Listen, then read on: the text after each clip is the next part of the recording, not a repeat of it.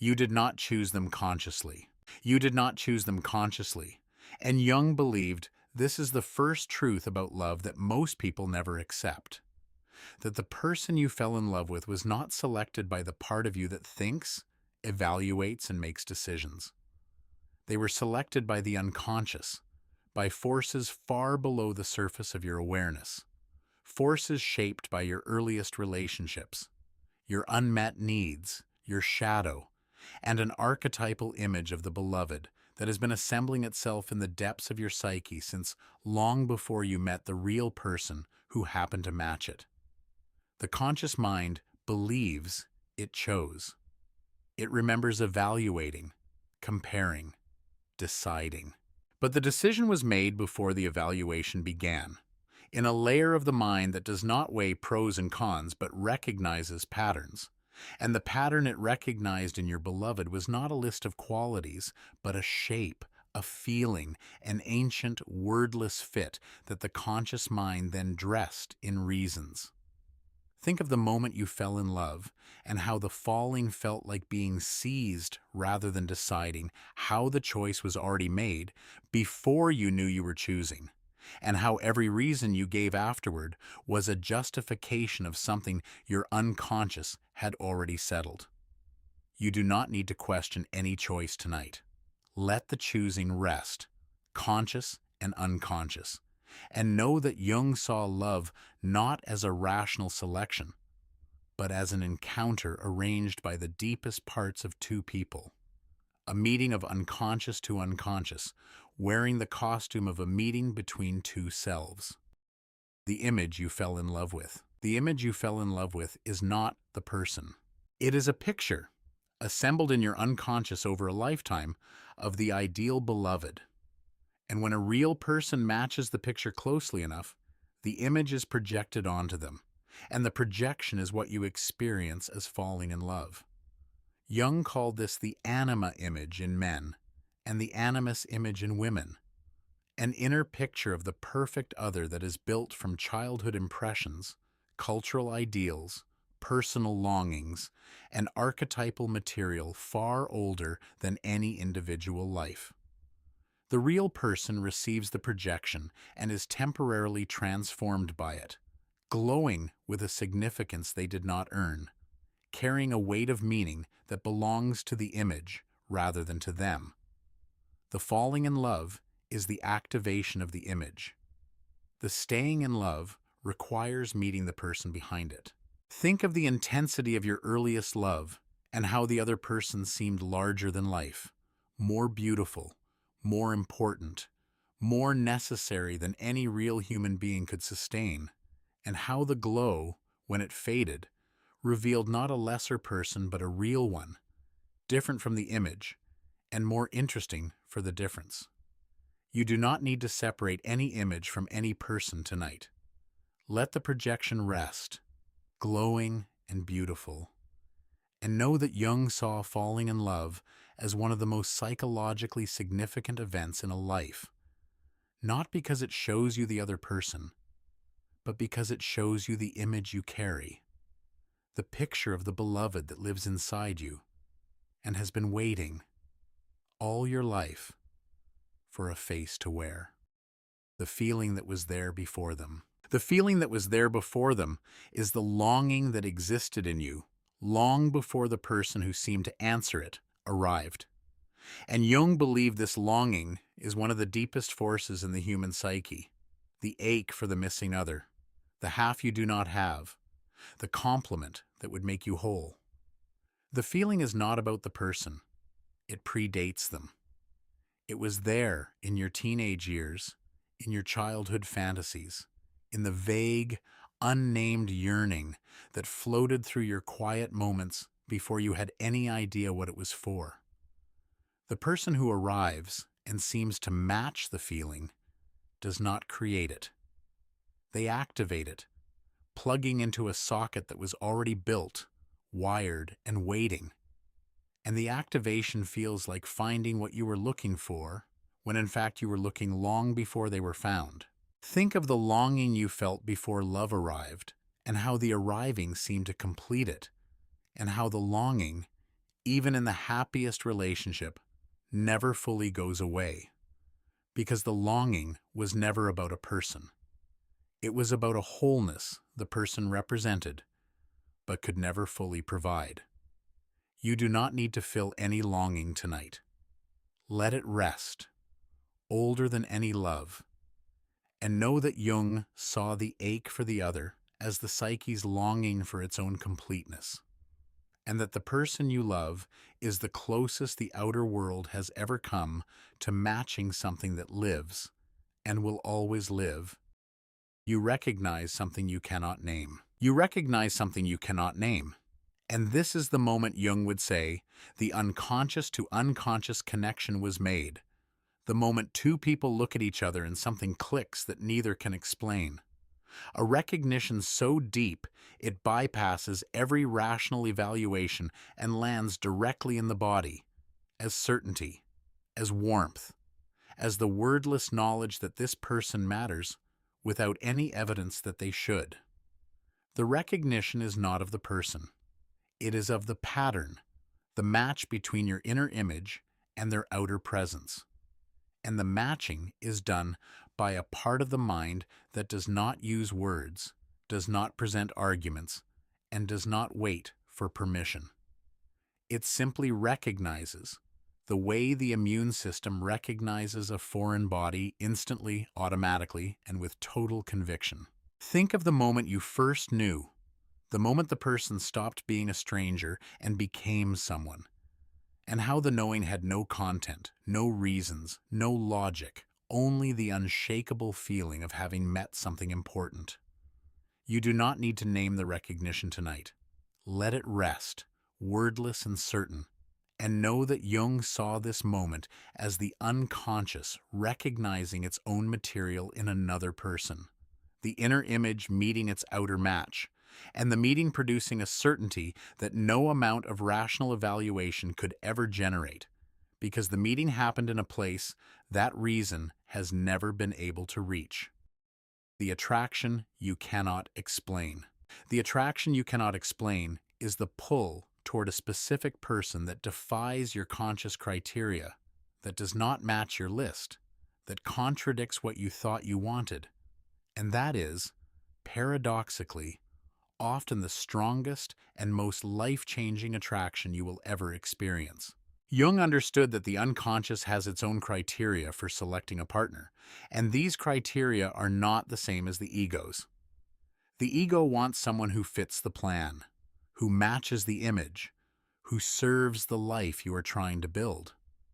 The unconscious wants someone who will activate the growth you need, which often means someone who will challenge you, disturb you, and force you to develop the parts of yourself you have been avoiding. The attraction you cannot explain is the unconscious selecting for growth rather than comfort, pulling you toward the person who will make you more whole rather than the person who will keep you as you are. Think of the love that surprised you, the person who was not your type, who did not fit the plan, and how the pull was stronger than any attraction you had felt toward someone who did fit. You do not need to explain any attraction tonight. Let it rest, inexplicable and powerful, and know that Jung saw the unexplainable attraction as the most trustworthy one, because it comes from the deepest part of the psyche, the part that knows what you need better than you do, selecting not for happiness, but for wholeness. You love what you have not lived. You love what you have not lived, and this is one of Jung's most revealing truths about attraction. The insight that you are often drawn to people who embody the qualities you have suppressed in yourself. The extrovert falls for the introvert. The controlled person falls for the wild one. The intellectual falls for the emotional. The pattern is not coincidental. It is the psyche seeking its own balance through another person, projecting the unlived qualities onto a partner and then falling in love with its own reflection. The love is real. The attraction is genuine, but the quality that draws you is not in them. It is in you, denied and projected, and the partner is carrying it on your behalf. Think of the quality you most love in your partner and ask whether it is a quality you have suppressed in yourself, whether the admiration is partly a longing, and whether the person you love is, in some sense, a mirror of everything you have not allowed yourself to be. You do not need to reclaim anything tonight. Let the projection rest, and know that Jung saw romantic attraction as one of the psyche's most creative strategies for self-development, using another person as a canvas for the unlived self, and that the love you feel for their quality may be, at its root, a love for the part of yourself you have not yet been brave enough to claim.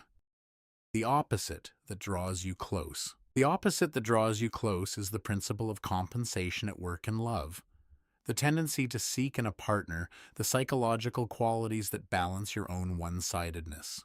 Jung observed that a person who is overdeveloped in one area is unconsciously drawn to someone overdeveloped in the complementary area.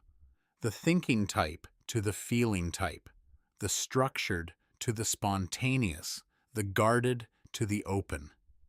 The attraction is the psyche's attempt to complete itself through the other, to access through the relationship the qualities it cannot access alone. The early phase of such relationships is often electric, the two halves fitting together with the satisfaction of a puzzle completed, each one carrying what the other lacks. The later phase is often conflict, because the very quality that attracted you eventually irritates you. The spontaneity becomes irresponsibility, the structure becomes rigidity, and the complement that felt like completion begins to feel like opposition. Think of how the thing you most loved about your partner is also the thing that most frustrates you, and how the love and the frustration are responses to the same quality, seen from different angles. You do not need to resolve any opposition tonight. Let the opposites rest, attracted and irritated, and know that Jung saw this pattern as one of the most reliable in human relationships, the psyche seeking its own balance through a partner who embodies what it lacks, and the relationship becoming the arena where the balancing, sometimes joyfully and sometimes painfully, takes place. The wound chose for you. The wound chose for you, and this is one of the hardest truths Jung offers about love, that the person you are drawn to often matches not your strengths, but your injuries. That the unconscious selects a partner who will activate the specific wound you carry, not to hurt you, but to give the wound another chance to be seen, faced, and potentially healed. The child who is abandoned is drawn to the partner who seems about to leave. The child who is controlled is drawn to the partner who dominates. The child who is never seen is drawn to the partner who looks away. The match is not conscious. It is the wound recognizing its own shape in another person, the way a lock recognizes its key, and the recognition produces an attraction that feels like love, but is partly the pull of the unfinished, the unclosed, the unhealable, seeking one more chance to heal. Think of the pattern in your relationships and what wound the pattern keeps activating, and how the activation, disguised as love, keeps bringing you back to the same injury. You do not need to heal any wound tonight. Let the pattern rest, and know that Jung saw the wound's role in partner selection not as a curse, but as the psyche's stubborn, imperfect, ultimately hopeful attempt to bring you back to the thing you most need to face, dressed in the costume of the person you most want to love. The familiar disguised as new. The familiar disguised as new is the feeling of freshness and discovery in a new relationship that is, underneath, the activation of a very old pattern. The person is new. The feeling is not. The warmth, the excitement, the specific texture of the connection, the particular way you are seen and held and desired, all of it matches something from your earliest experience of being loved. And the match is what produces the feeling of rightness, of coming home, that new love often carries. Jung saw this as the parental complex at work in attraction, the unconscious matching the new partner to the template set by the first people who loved you, and the matching, producing a familiarity that the conscious mind interprets as destiny when it is actually recognition. Think of the feeling of coming home that a new love can bring, and how the homecoming is not to a new place, but to an old one, a return to the emotional atmosphere of your earliest bonds, dressed in a new face. You do not need to trace any pattern tonight. Let the familiar rest inside the new, and know that the sense of having found the right person is often the sense of having found the old pattern, and that the pattern, however comfortable, is steering you back to the same emotional territory you started from, for reasons that are more about your past than about the person standing in front of you. The chemistry that is not chemistry. The chemistry that is not chemistry is the instant, physical, overwhelming attraction that feels biological, but is, according to Jung, largely psychological. The body responding not to the other person's pheromones or symmetry, but to the unconscious recognition of the inner image being matched. The heart races, the skin flushes, the stomach drops, and the body insists this is biological, that the chemistry is physical, that the attraction is in the blood. But the attraction is in the psyche, expressed through the body, and the body, which does not distinguish between a genuine threat and an imagined one, does not distinguish between a genuine biological match and a psychological projection being activated. The chemistry is real as a feeling. It is not real as an explanation. What you are feeling is not the body recognizing a genetic match, but the unconscious recognizing an archetypal one, the anima or animus image finding its outer form, and the finding producing a physical response so intense it is mistaken for biology. Think of the chemistry you felt with someone and how certain you were that it was physical, that it was in the body, and how the certainty was the unconscious projecting through the body. You do not need to analyze any chemistry tonight. Let it rest, physical and psychological, and know that the most intense physical attraction you have ever felt was probably the most intense psychological recognition. The body speaking the language of the unconscious because the unconscious has no other voice. Love. At first sight is recognition. Love at first sight is recognition, and Jung saw it as the most vivid example of anima or animus projection, the instant, overwhelming activation of the inner image the moment the eyes land on a person who matches it closely enough. The love is not born in that first moment. It has been growing for years, decades, a lifetime, in the unconscious, assembling the image of the beloved from every source available. And the first sight is not the birth of the love, but its recognition. The inner image, finally finding an outer form that fits. The intensity of love at first sight is the intensity of the recognition, the explosive meeting between something that has been waiting in the dark and something that has just walked through the door. Think of a moment of instant recognition, how the love arrived fully formed, as though it had always existed, and how the person you saw seemed not like a stranger, but like someone you had been looking for without knowing, and how the looking and the finding happened in the same instant. You do not need to look for anyone tonight. Let the recognition rest, and know that love at first sight, in Jung's understanding, is not a spontaneous event, but a long prepared one, the final act of a drama that began long before the curtain rose, and that the person you recognized was not recognized for who they are, but for who they matched, which is the figure that has been living inside you, waiting for exactly this face. The choice beneath the choosing. The choice beneath the choosing is the whole of this tier gathered into a single, intimate recognition. that the love you believe you chose was chosen for you by forces far deeper than your conscious mind, forces shaped by your wounds, your shadow, your unlived life, your parental templates, and an archetypal image of the beloved that has been forming since before you could speak. The conscious choice, the list of qualities, the rational evaluation, the careful selection, all of it rests on top of a decision that was made in the dark by a part of you that does not speak your language and does not share your priorities. A part that is interested not in your comfort, but in your wholeness, and that selects a partner accordingly.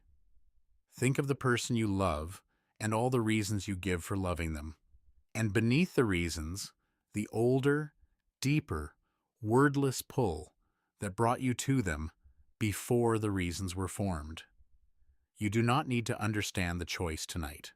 Let it rest, conscious and unconscious together, and know that Jung saw every love as a collaboration between the ego and the depths, the ego believing it is driving, while the unconscious steers from below, bringing you to the person who will disturb, complete, and transform you in exactly the ways you did not plan and cannot resist. Your shadow shows up in your love. Your shadow shows up in your love more clearly than anywhere else in your life, because intimacy is the condition under which the shadow can no longer hide. In casual relationships, the persona holds. In professional settings, the mask is maintained.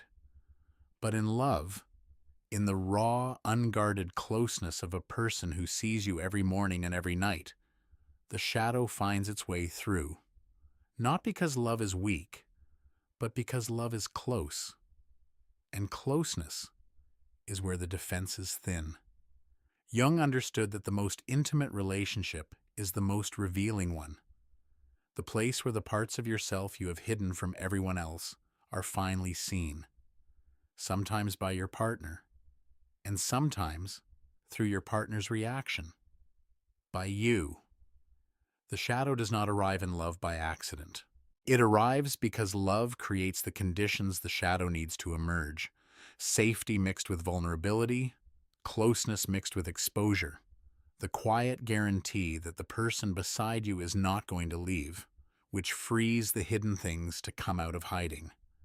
Think of how differently you behave with the person closest to you, how the worst of you, the most childish, the most selfish, the most afraid, emerges in the arms of the person you love most, and how the emergence feels like a failure when it is actually a trust. You do not need to hide any shadow tonight. Let it rest, visible and intimate, and know that Jung saw the shadow's appearance in love not as a problem to be solved, but as a sign that the relationship is deep enough to hold the truth, and that the truth, however uncomfortable, is what makes the love real. You fight your own darkness in them. You fight your own darkness in them. And this is one of Jung's most unsettling truths about conflict in relationships, that the qualities that provoke the most intense fights are often your own disowned qualities, projected onto your partner and then attacked. You are not fighting them. You are fighting yourself through them, using their body and their presence as a stage on which to wage a war with your own shadow. The mechanism is projection. The quality you have rejected in yourself, the selfishness, the neediness, the irresponsibility, is placed onto the other person, and once it is on them, you can attack it without admitting it is yours. The attack feels righteous because it is directed outward, at a real person doing a real thing. But the intensity, the heat, the disproportionate force of the anger is powered by the denied self, the part of you that recognizes its own face in the accusation and fights all the harder because the recognition is unbearable. Think of the quality in your partner that makes you angriest and ask, honestly, whether a version of it lives in you, denied and projected, and whether the anger is partly the sound of your own shadow being confronted through someone else's face. You do not need to examine any fight tonight. Let the projection rest, and know that Jung saw the most heated conflicts in love as inner conflicts staged through an outer relationship, and that the peace you are looking for may be found not by winning the argument, but by withdrawing the projection and facing in yourself the thing you have been fighting in them. The trait you cannot tolerate is yours. The trait you cannot tolerate in your partner is almost always a trait that lives in your own shadow, rejected and projected, and the intolerance is the measure of the rejection. Jung observed this pattern so consistently that he considered it almost a law, that the strength of your reaction to a quality in another person is proportional to the degree to which that quality is denied in yourself. The person whose messiness enrages you may be carrying your own denied disorder. The person whose neediness repels you may be embodying your own denied need. The intolerance is not a judgment of them. It is a defense against yourself, the ego protecting its self-image by attacking in others what it cannot accept in its own mirror. Think of the one trait in your partner or your ex that you absolutely could not stand, and sit with the uncomfortable possibility that the trait is not foreign but familiar, not theirs, but yours, living in the shadow where you placed it, and appearing in them because that is the only place you can bear to see it. You do not need to accept any uncomfortable truth tonight. Let the intolerance rest, fierce and possibly misdirected, and know that Jung saw every strong emotional reaction in a relationship as a signal from the shadow, a finger pointing not at the other person but back at the self, and that the signal, however unwelcome, is trying to show you something you need to see. The secret self. The secret self your partner sees is the you that no one else gets to meet. The version that emerges only in the privacy of the closest relationship, unedited, unperformed, raw. Jung understood that the partner is the first and sometimes the only witness to the whole person, the one who sees the shadow alongside the persona, the weakness alongside the strength, the childishness alongside the maturity. This is both the gift and the burden of intimacy. The gift of being fully seen, and the burden of being unable to hide. The partner does not see a better version of you or a worse one. They see a more complete one, the person who exists when the performance stops. And the seeing, because it includes the hidden parts, can feel like an invasion, like an exposure you did not consent to, when it is actually the relationship doing its most important work, holding a mirror to the full self, rather than the curated one. Think of what your partner knows about you that no one else does, and how that knowledge makes you feel both vulnerable and held, exposed and strangely safe. You do not need to show anything tonight. Let the secret self rest, known by the one who knows it, and know that Jung saw the partner's knowledge of your hidden self not as a threat, but as a form of love. The most intimate form, the one that sees everything and stays, and the anger that is not about them. The anger that is not about them is the fury that arrives in a relationship with a force that does not match the trigger, the disproportionate rage at a small comment, a minor slight, a forgotten task that signals not a response to the present, but an eruption from the past.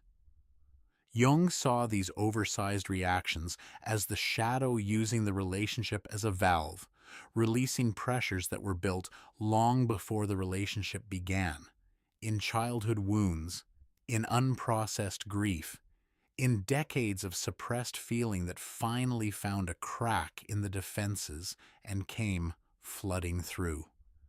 The partner is the crack. They are not the source.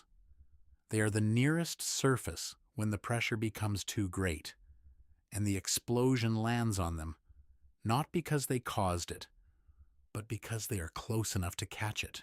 Think of a time you raged at your partner, and knew, even while raging, that the rage was too big for the moment, that something else was driving it, something older and deeper than the forgotten errand or the careless word. You do not need to trace any anger tonight. Let it rest, oversized and misdirected, and know that Jung saw the disproportionate reaction in love as one of the most important signals the psyche sends, the indication that the wound beneath the surface is being activated by the closeness, and that the anger, honestly examined, will eventually point not at the partner, but at the original injury, which has been waiting all along for the safety of the closest relationship to finally let itself be felt. The jealousy that reveals your lack. The jealousy that reveals your lack is Jung's understanding that jealousy in relationships is almost never about the partner's behavior and almost always about the jealous person's own sense of insufficiency. The fear of being replaced, the suspicion of betrayal, the vigilant monitoring of the other person's attention. These are not responses to a threat from outside. They are responses to a threat from inside. The shadow whispering that you are not enough, that the partner will discover what you already suspect about yourself, that you are replaceable, that the love you are receiving is a mistake that will eventually be corrected. Jung saw jealousy as the shadow of unworthiness projected onto the relationship, the inner conviction of inadequacy wearing the costume of a relational concern.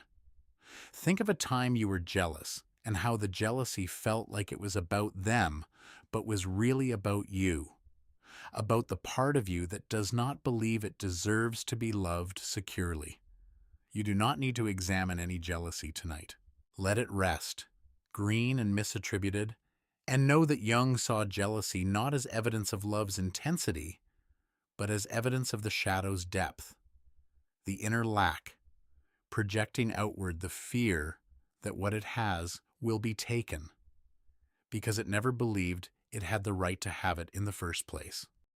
The criticism that is a confession. The criticism that is a confession is the habitual complaint you make about your partner that, examined honestly, reveals more about you than about them. Jung understood that chronic criticism in a relationship is often a form of projection, the repeated accusation functioning as a displaced confession, the critic naming in the other what they cannot name in themselves. The person who constantly accuses their partner of being emotionally unavailable may be confessing their own difficulty with emotional availability. The person who criticizes their partner's selfishness may be confessing a selfishness they cannot admit. The criticism is real.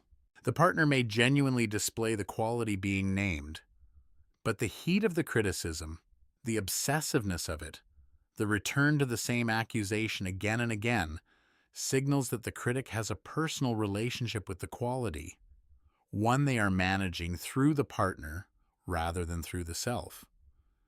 Think of your most persistent criticism of a partner and ask what the criticism would sound like as a confession and how differently the relationship would look if the accusing finger were turned around. You do not need to confess anything tonight. Let the criticism rest and know that Jung saw the chronic complaint as one of the most honest forms of self-disclosure.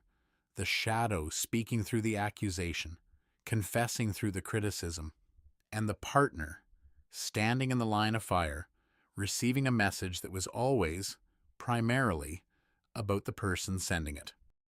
The perfect partner hides your shadow. The perfect partner hides your shadow. And this is why the idealized relationship is, in Jung's view, one of the most psychologically dangerous. Because a partner who is placed on a pedestal absorbs all the light and the shadow. Cast behind the idealizer rather than the idealized grows larger and darker in proportion to the height of the pedestal. When you make your partner perfect, you make yourself the carrier of all imperfection. When you make them pure, you make yourself the carrier of all contamination.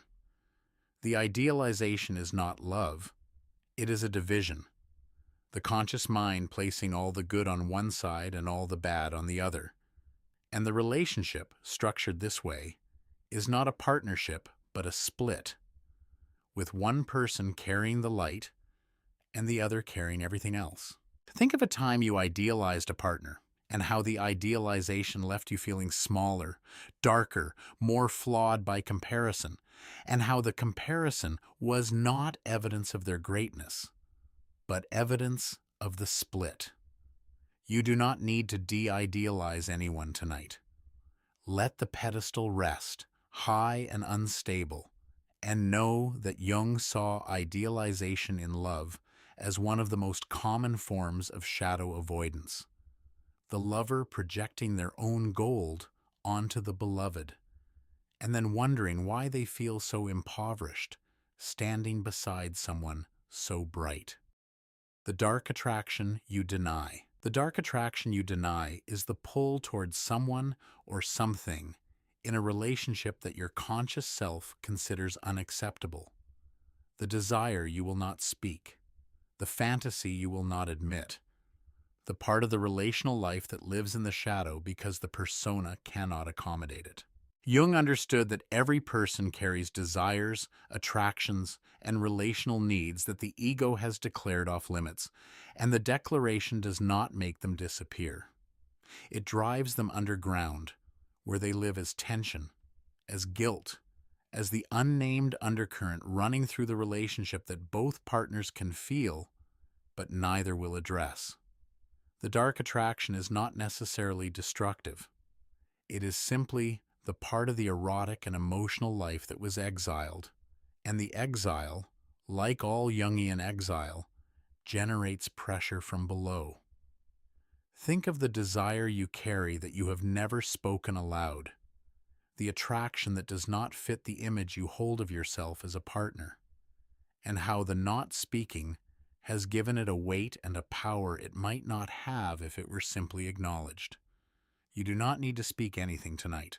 Let the dark attraction rest, hidden and alive, and know that Jung saw the unspeakable desire not as a betrayal of the relationship, but as an expression of the shadow's need, a part of the relational self that was sent underground and is asking, not for action, but for acknowledgement.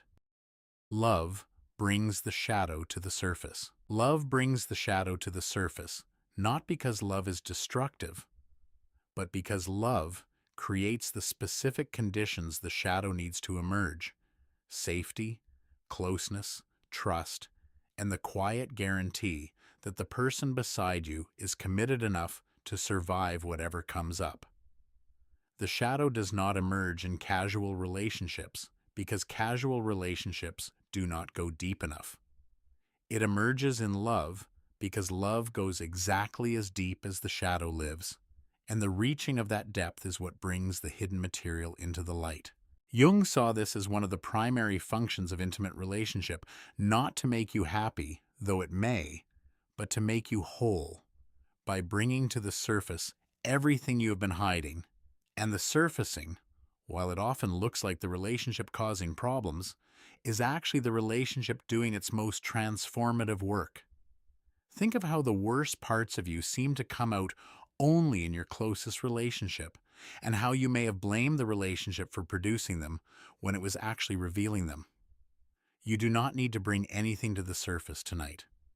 Let the shadow rest beneath the surface and know that Jung saw love as the great revealer, the force that takes what was hidden and gently, sometimes painfully, brings it into view, not to destroy the relationship, but to deepen it beyond anything the hidden self could reach. The thing you hide from the one closest. The thing you hide from the one closest to you is the last secret in the shadow, the one thing you have not shown even to the person who sees almost everything. And the hiding itself is a form of suffering that only the closest relationship can produce. You can hide from strangers with ease. You can hide from friends with moderate effort. But hiding from the person who sleeps beside you requires a constant, exhausting vigilance, because they are close enough to see through the hiding and you know it. and the knowing keeps you in a state of perpetual defense that drains the energy the relationship needs. Jung saw the final hidden thing as the last barrier to full intimacy, the secret that, if revealed, would complete the partner's view of you, and the withholding of it, as the unconscious maintenance of a distance the ego needs and the self does not. Think of the thing you have never told the person closest to you, and how the not telling has shaped the space between you, creating a pocket of distance in an otherwise close bond. You do not need to tell anything tonight. Let the secret rest, held and heavy, and know that Jung saw the final hidden thing, not as unspeakable, but as unspoiled. A piece of the self preserved in shadow because the ego is not yet ready to discover whether the love can hold it, and the discovery, when it comes, will be the moment the relationship becomes either complete or, at last, honestly tested.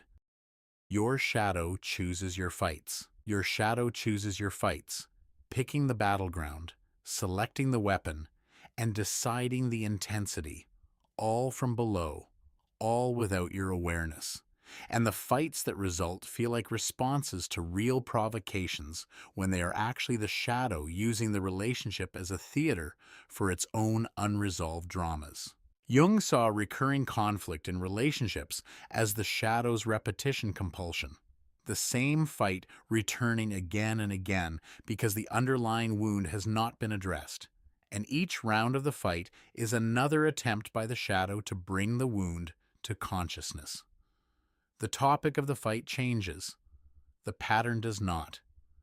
And the pattern, the specific way the fight unfolds, the specific emotion it activates, the specific position each partner takes, is the shadow's signature, as recognizable, once you see it, as a fingerprint.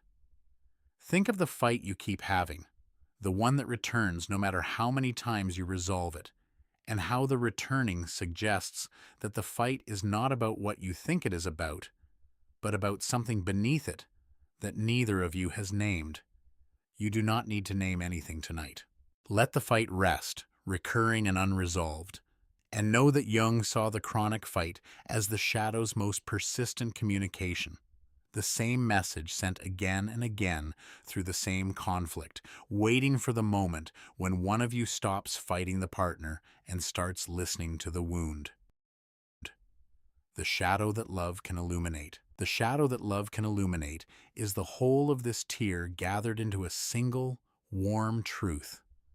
That the shadow's appearance in love is not a sign of the relationship's failure, but a sign of its depth.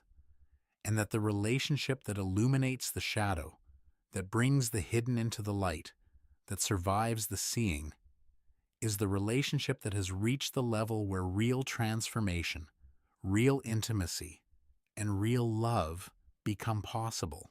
Jung did not see the easy relationship as the ideal. He saw the honest one as the ideal, the one where both partners are willing to face what the closeness reveals, to own what the projections show, to stop fighting the shadow in each other and start meeting it in themselves.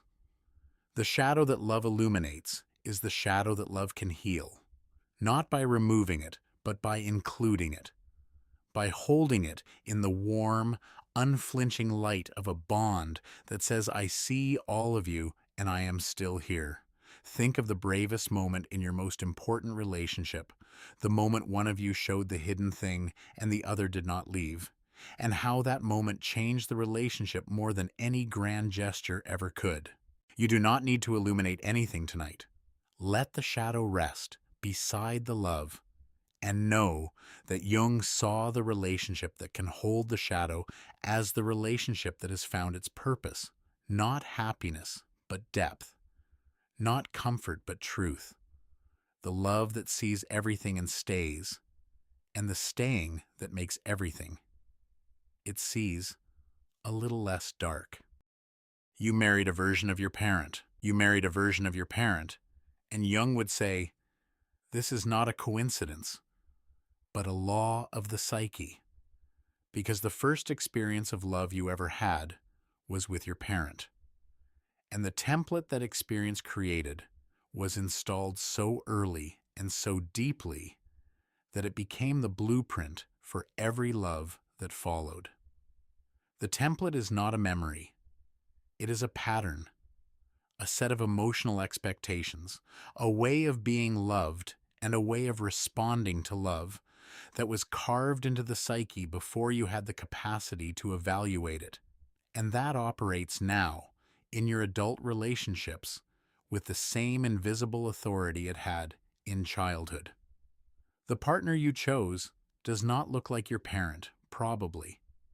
They may not act like them on the surface.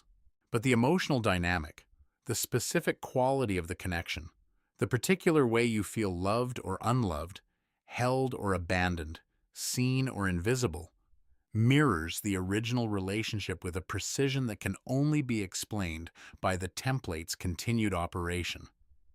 Think of the emotional atmosphere of your most significant relationship and compare it to the emotional atmosphere of your childhood home, and notice how similar the weather is, how the same feelings circulate, the same tensions repeat, the same patterns of closeness and distance play out, as though the adult relationship were a continuation of the childhood one by other means.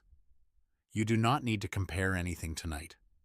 Let the template rest, running quietly, and know that Jung saw the parental pattern not as a destiny, but as a starting point, the unconscious default that will repeat until it is seen, and that the seeing, when it comes, is the first step toward loving from choice rather than from compulsion.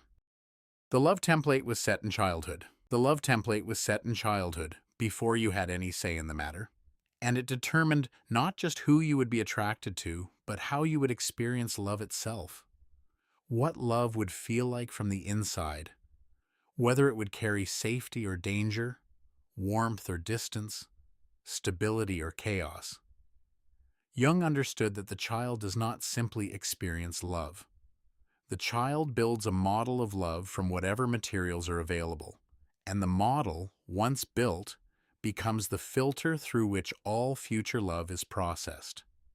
If the model was built from warmth and consistency, love will feel warm and consistent, and the person will seek partners who provide it.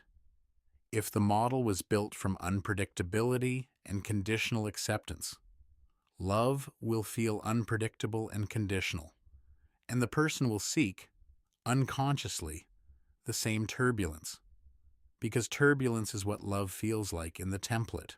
Think of what love feels like to you, not what you think it should feel like, but what it actually feels like in your body. And ask whether that feeling was learned in your first relationship, long before you had a word for it. You do not need to rewrite any template tonight. Let the model rest, built and operating, and know that the specific quality of love you experience, its particular warmth or its particular anxiety, is not a product of the current relationship, but of the first one, the one that built the model. The current one is running on. The warmth you chase was their warmth. The warmth you chase was their warmth. And this is one of the most tender truths about love and parental templates, that the specific quality of warmth you seek in a partner, the particular way you want to be held, looked at, spoken to, is a memory of how your parent held you, looked at you, spoke to you in the moments when the love was good. The warmth is a recording, stored in the body rather than the mind, and the recording plays every time you encounter someone who produces the same quality of feeling, triggering a recognition that bypasses the rational mind and lands directly in the nervous system. As this is right, this is home, this is love. The chasing is the body seeking the original warmth, the first warmth, the specific texture of being loved that was learned before language existed to describe it. Think of the particular kind of warmth you most crave in love, the specific gesture, the specific tone, the specific quality of attention that makes you feel most loved, and ask whether it reminds you of someone earlier, someone whose warmth you experienced before. You knew there was a word for what you were experiencing. You do not need to trace any warmth tonight.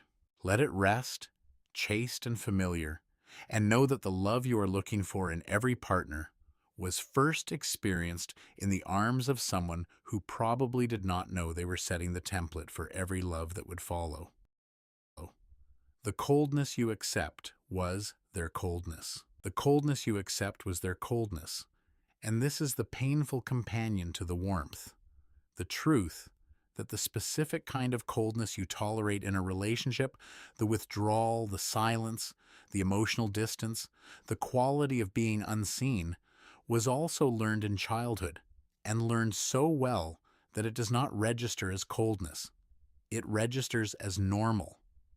The child who grew up with emotional distance does not experience distance as a problem. They experience it as the expected temperature of love, the way love feels when it is being love, and the distance, which an outsider would identify immediately as a lack, feels from the inside like the familiar shape of the bond.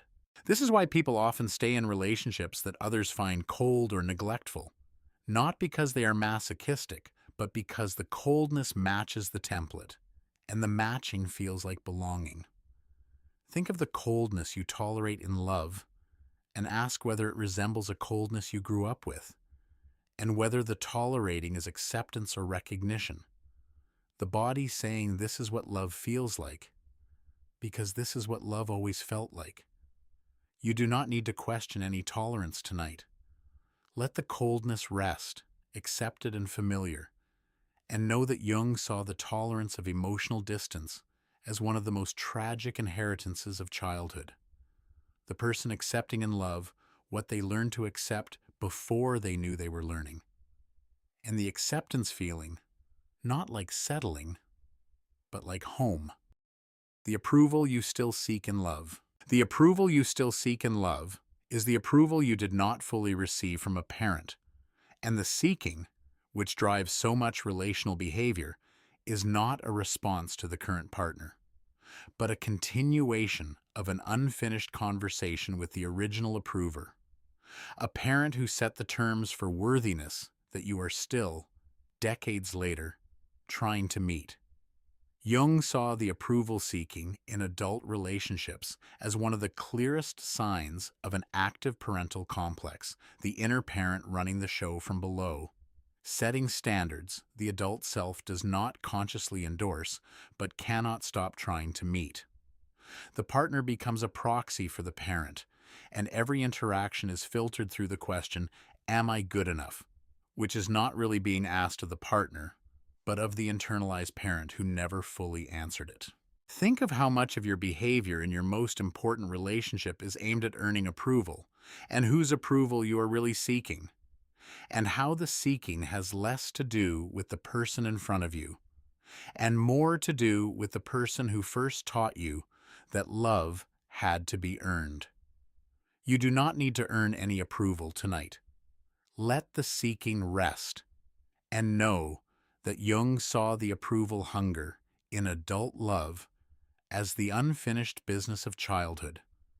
The child inside the adult still performing for an audience that is no longer in the room, using the partner as a stand-in for the parent who never quite said enough.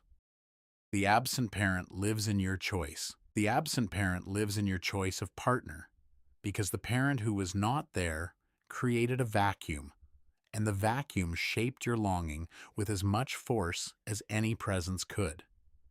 Jung understood that absence is not nothing. Absence is a shape, a specific, felt emptiness that the child internalizes and carries forward, and the emptiness becomes a search template, a blueprint of the missing. And the adult, without knowing why, is drawn to people who fill the shape of the absence, or to people who replicate it, repeating the loss because the loss is what love felt like. The child of an absent father may seek men who are emotionally unavailable, not because she enjoys the unavailability, but because the unavailability matches the template, and the matching feels like love. Because love, for her, was always defined by the gap. Think of what was missing in your childhood and ask whether you are looking for it in your partner or recreating it through your partner, and how the looking and the recreating are sometimes the same thing. You do not need to fill any absence tonight. Let the gap rest, shaped and persistent, and know that Jung saw the absent parent as one of the most powerful forces in partner selection, the nothing that became a something, the emptiness that acquired a shape, and the shape installed before the child could name it, guiding every love that followed toward the specific, familiar quality of the missing. The controlling parent lives in your fear. The controlling parent lives in your fear of being controlled in love, or in your need to control love, because the child who is controlled does not simply grow up and leave the control behind. They carry it, either as a sensitivity so acute that any form of closeness feels like a cage, or as a tendency so ingrained that they become the controller, repeating the pattern from the other side. Jung saw control and counter-control as two expressions of the same complex, the parent's power internalized and then either fled from or imitated, and both responses are driven by the same wound. The person who cannot bear to be told what to do is reacting to the controlling parent from inside. The person who cannot stop directing their partner is channeling the controlling parent from inside. The complex runs the behavior from below, wearing different costumes but dancing the same dance. Think of your relationship to control in love, whether you flee from it or exercise it, and ask whether the pattern is a response to the current partner or a replay of the original power dynamic you experienced as a child. You do not need to resolve any control tonight. Let the pattern rest, and know that Jung saw the control wound as one of the most persistent in adult relationships. The parent's power living on in the child's choices long after the parent has lost the ability to enforce anything. The voice in your love is their voice. The voice in your love is their voice. The internalized parent who speaks inside your head during the most intimate moments of your relationship, commenting, judging, approving, withdrawing, with the same tone and the same authority they had when you were small. The inner parent does not need to be invited into the relationship. It was there before the relationship began, and it evaluates the partner, the bond, and your behavior within it using the criteria it established decades ago. The partner who makes the inner parent uncomfortable will feel wrong even if they are right. The partner who matches the inner parent's expectations will feel right even if they are wrong. The voice is not your voice, though it sounds like it, and the evaluations it makes are not your evaluations, though they feel like yours. Jung called this the parental complex speaking through the ego, the dead parent alive in the living child's voice. Think of the voice that evaluates your love life and ask whose voice it is, whose standards it is applying, and how long ago those standards were set. You do not need to silence any voice tonight.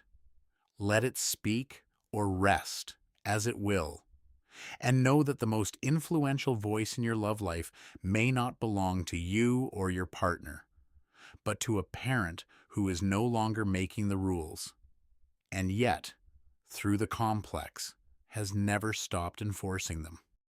You repeat what you did not resolve. You repeat what you did not resolve, and this is the parental complex at its most persistent. The pattern from childhood that keeps appearing in your adult relationships because the wound it was built from was never fully processed. And the psyche, unable to complete the story, stages it again and again through the only theater available, which is your love life. The child who is not seen marries someone who does not see them. The child who is abandoned attracts partners who leave. The child who is loved conditionally builds relationships built on conditions. The repetition is not stupidity. It is the psyche's stubborn, clumsy attempt to return to the original wound and resolve it, using the new partner as a stand-in for the old one. The strategy almost never works because the person caught in the repetition does not recognize it as a repetition. They think this time is different, and it is not. Think of the pattern in your relationships, the recurring dynamic that keeps appearing despite different partners, different circumstances, different decades, and how the consistency of the pattern points not at the partners but at you, carrying the same wound into each new love. You do not need to break any pattern tonight. Let the repetition rest, and know that Jung saw the recurring relational pattern as the psyche's most urgent message. The same wound sending the same signal through every relationship until someone finally stops blaming the partner and starts listening to the wound. The safety you never got you now demand. The safety you never got you now demand, and the demanding, which feels like a reasonable need, is often so intense and so absolute that it overwhelms the relationship, because the demand is not for ordinary safety, but for the total, unconditional security that was missing in childhood, and no adult relationship can provide what a childhood was supposed to provide. The person demanding the safety is not being unreasonable. They are being young, the child inside the adult insisting on the safety it never received, using the partner as a substitute parent, and then being devastated when the partner, who is a person and not a parent, cannot provide the absolute security the wound requires. Jung saw this as one of the most painful dynamics in adult love.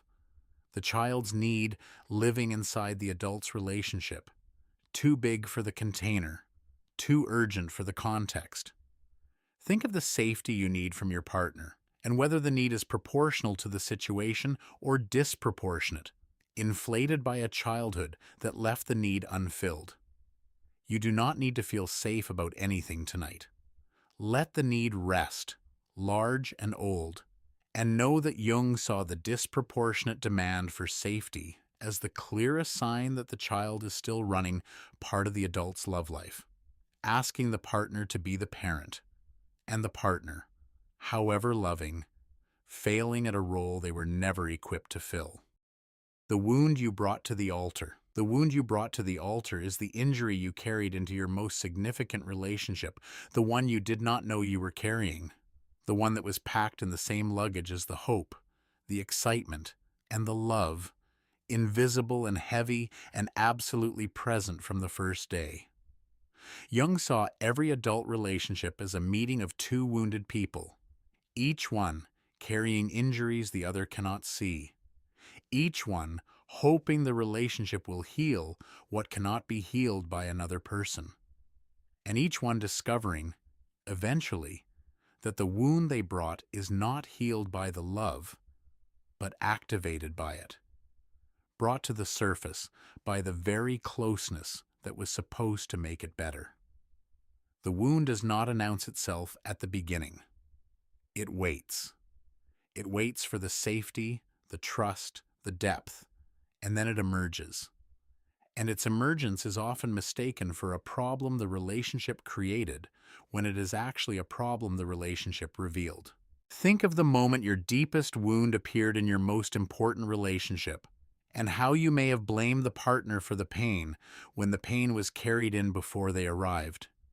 You do not need to examine any wound tonight. Let it rest, brought and revealed, and know that Jung saw the wound's emergence in love as evidence of the relationship's depth, the bond reaching the level where the hidden injury lives, and by reaching it, giving the injury its first real chance to be seen, held, and in time, genuinely addressed. The parent you are becoming with them. The parent you are becoming with them is one of the most uncomfortable truths about long-term love, that over time, you may begin to treat your partner the way your parent treated you, becoming the very thing you swore you would never become. Because the parental complex is not only a template for choosing a partner, it is a template for being one. The child who is criticized becomes the critical partner. The child who is controlled becomes the controlling one. The child who is cold becomes the cold one. The pattern is not inevitable, but it is strong, because the complex contains both sides of the original relationship, the child and the parent, and the person carrying it can play either role depending on the context, and the shift from one role to the other often happens without awareness. Think of a moment when you heard your parent's voice coming out of your own mouth, directed at your partner, and how the recognition was startling. The realization that the dynamic you grew up in was being reproduced by you, not by choice, but by inheritance. You do not need to change any behavior tonight. Let the inheritance rest, and know that Jung saw the parental pattern as bidirectional. The child carrying both roles, the loved and the lover, the wounded and the wounding, and that the awareness of the pattern, however uncomfortable, is the first real step toward choosing to love differently from how you were loved. The childhood pattern. Love can break. The childhood pattern love can break is the whole of this tier gathered into a single, hopeful truth that the pattern is not a sentence. It is a default, and defaults can be changed, not easily, not quickly, but genuinely, through the conscious, courageous work of seeing the pattern and choosing, again and again, to respond differently. Jung believed that the parental complex has enormous power, but not infinite power, and that the person who sees the pattern clearly, who recognizes the parent in the partner, the template in the attraction, the wound in the demand, has already begun to weaken the complex's hold. The seeing does not instantly change the behavior, but it introduces a gap, a small space between the stimulus and the response, and in that gap, a different choice becomes possible. The child's automatic reaction can be replaced, moment by moment, with the adult's conscious response, and the replacing, practiced over time, gradually rewrites the template. Think of a moment in your relationship when you almost repeated the pattern and caught yourself, and how the catching was a tiny revolution, the adult overriding the child for just long enough to choose differently. You do not need to break any pattern tonight. Let the template rest, and know that Jung saw the breaking of the childhood pattern as one of the most important things a person can do in love. The moment the unconscious inheritance is interrupted by a conscious choice, and the love, freed from the compulsion of the past, becomes, for the first time, genuinely the adult's own. You are in love with an image. You are in love with an image, and this is the most beautiful and the most dangerous thing about romantic love, because the image is not the person. It is a picture assembled in your unconscious from your deepest needs, your earliest experiences, your archetypal longing for the perfect other. And when the real person matches the picture closely enough, the image is projected, and the person disappears behind the glow. Jung called this the anima projection in men and the animus projection in women, the moment when the inner image of the ideal beloved lands on a real human being and transforms them, temporarily, into something larger, more luminous, and more necessary than any human being could actually be. The projection is not a lie. It is a genuine activation of the deepest layers of the psyche, and the love it produces is real as an experience, overwhelming and consuming and world-altering. But the object of the love is partly imagined, a composite of the real person and the projected image, and the composite is unstable, because the real person, eventually, will do something the image would never do, and the crack between the two will begin to show. Think of the most intense love you have ever felt, and how the person seemed impossibly right, impossibly complete, and how the impossibility was the clue, the sign that you were seeing not them, but the image you had placed on them. You do not need to separate anything tonight. Let the image rest, projected and glowing, and know that Jung saw the projection not as a mistake, but as the beginning, the psyche's way of starting the journey of love, using an image to draw you close enough to a real person that eventually the real loving can begin. The glow that is not there. The glow that is not theirs is the luminosity that the anima or animus projection casts over the beloved, the otherworldly quality that makes them seem to shine, that makes the room brighter when they enter, that makes their words carry more weight, and their presence feel more significant than any ordinary humans should. The glow is real. You can feel it. You can see it. It changes the way the beloved looks, the way they sound, the way the air around them feels. But the glow does not belong to them. It belongs to the projection, to the archetypal image that has been placed on their face. And the light you see is your own, reflected back by a surface that happened to be the right shape to catch it.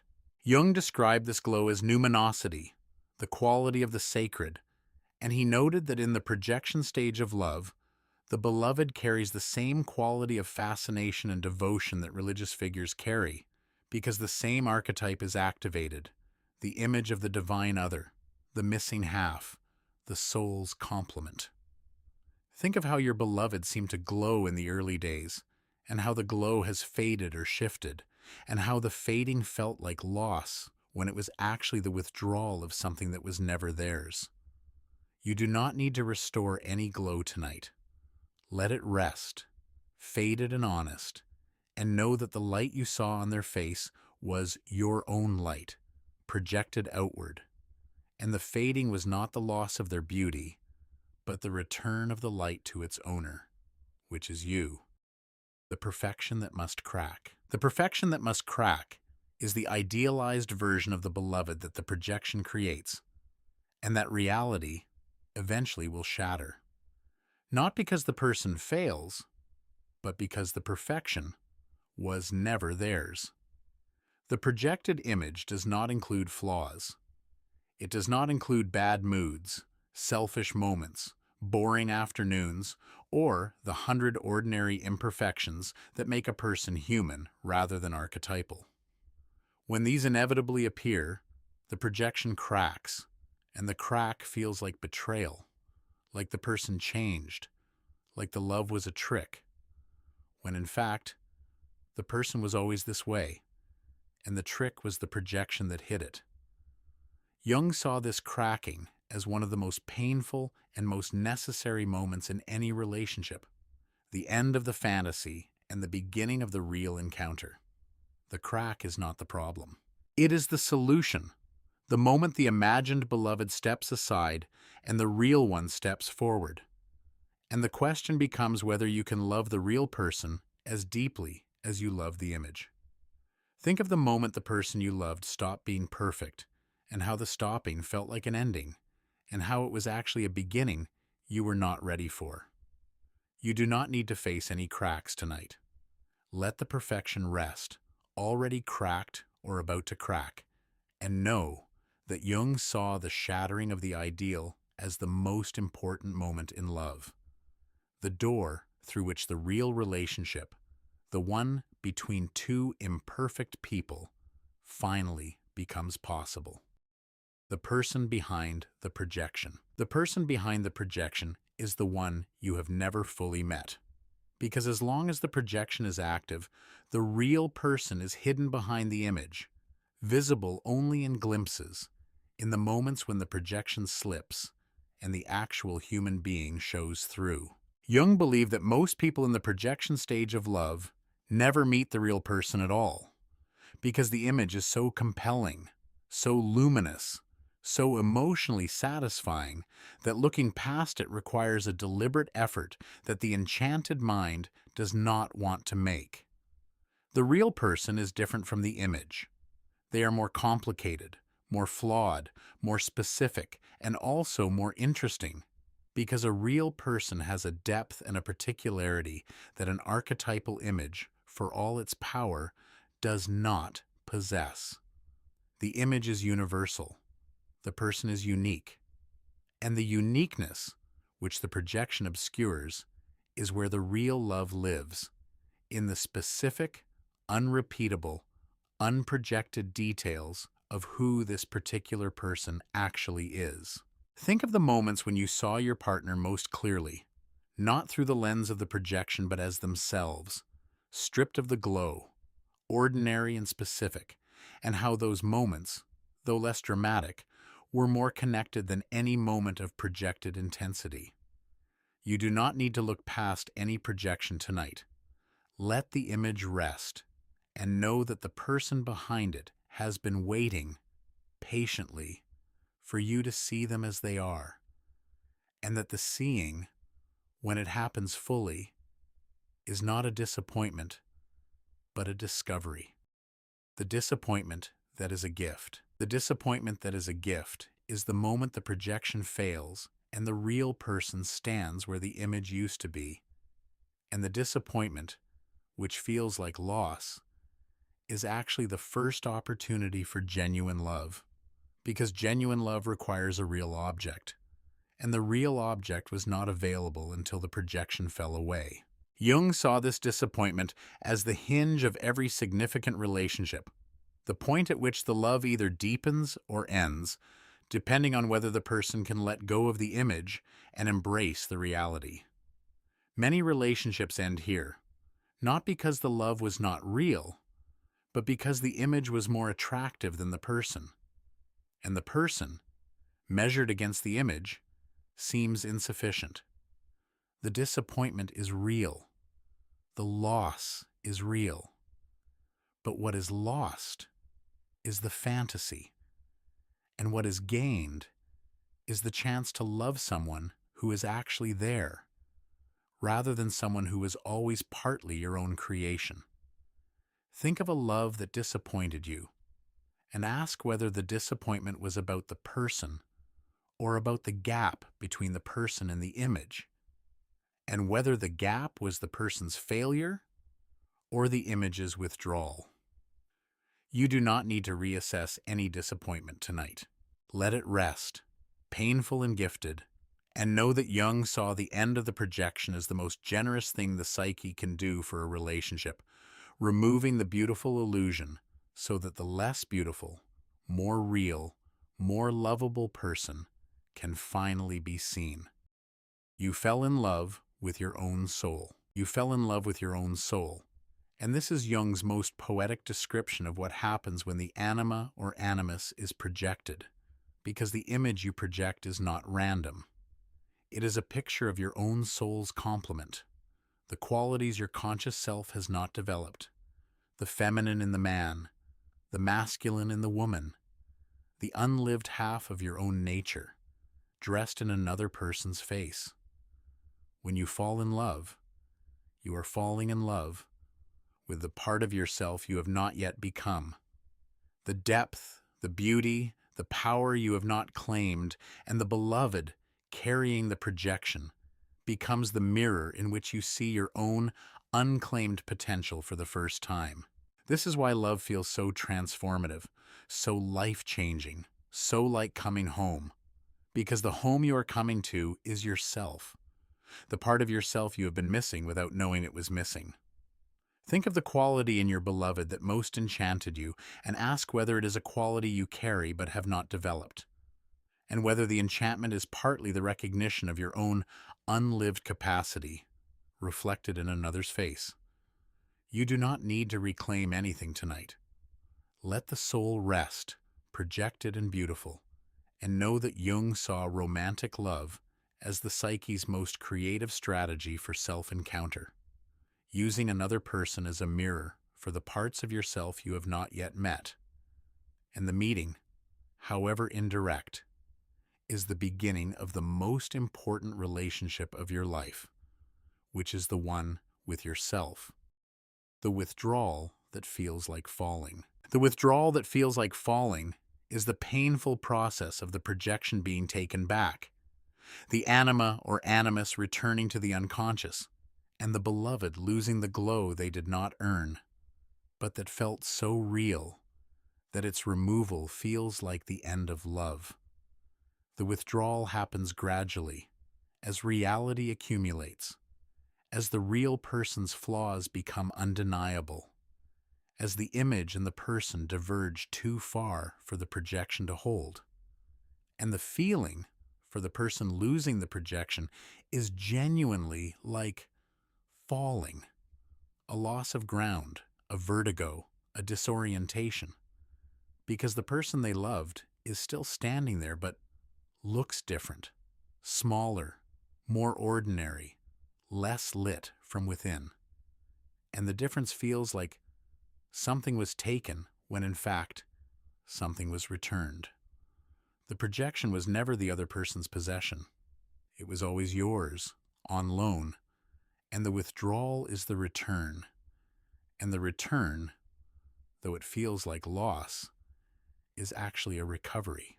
Think of the moment someone you loved seemed to diminish, and how the diminishing felt like their failure, and was actually your projection retreating, taking its light with it, leaving behind a real person who is always exactly this size.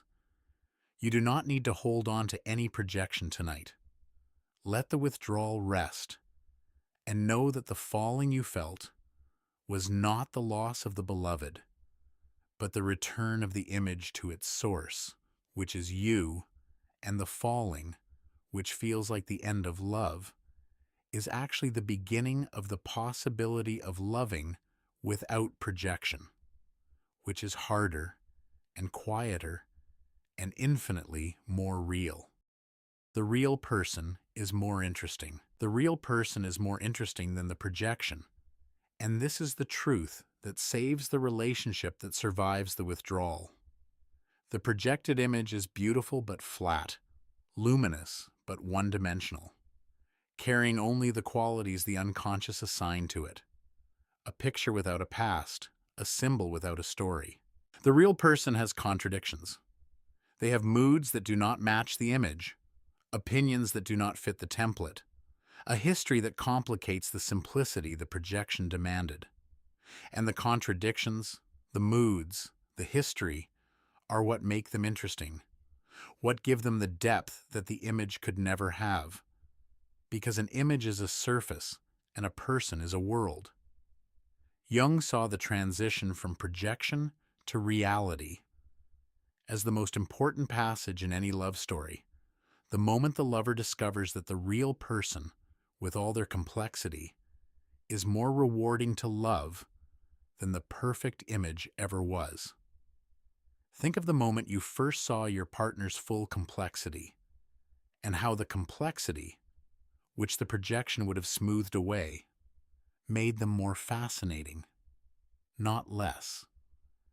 You do not need to discover anyone tonight. Let the real person rest, complex and unlit, and know that the love that follows the projection is not lesser love, but deeper love, built on the actual person rather than the imagined one. And the building, though slower, produces something the projection never could, which is a bond between two real people rather than two images. The love that survives the truth. The love that survives the truth is the love that remains after the projection has fallen, after the flaws have been seen, after the disappointment has been processed, after the real person has replaced the ideal one, and the love is still there, quieter, less dramatic, less lit from within, but more solid, more grounded, and more real than anything the projection produced. Jung saw this as the mature form of love, the form that most people either never reach or abandon too soon, because it lacks the intensity of the projected version, and the intensity is what most people believe love should feel like. The love that survives the truth does not feel like falling. It feels like standing, beside a person you have seen clearly and chosen to remain with, not because they are perfect, but because they are real. And the realness, once accepted, produces a connection that no amount of projected intensity could match.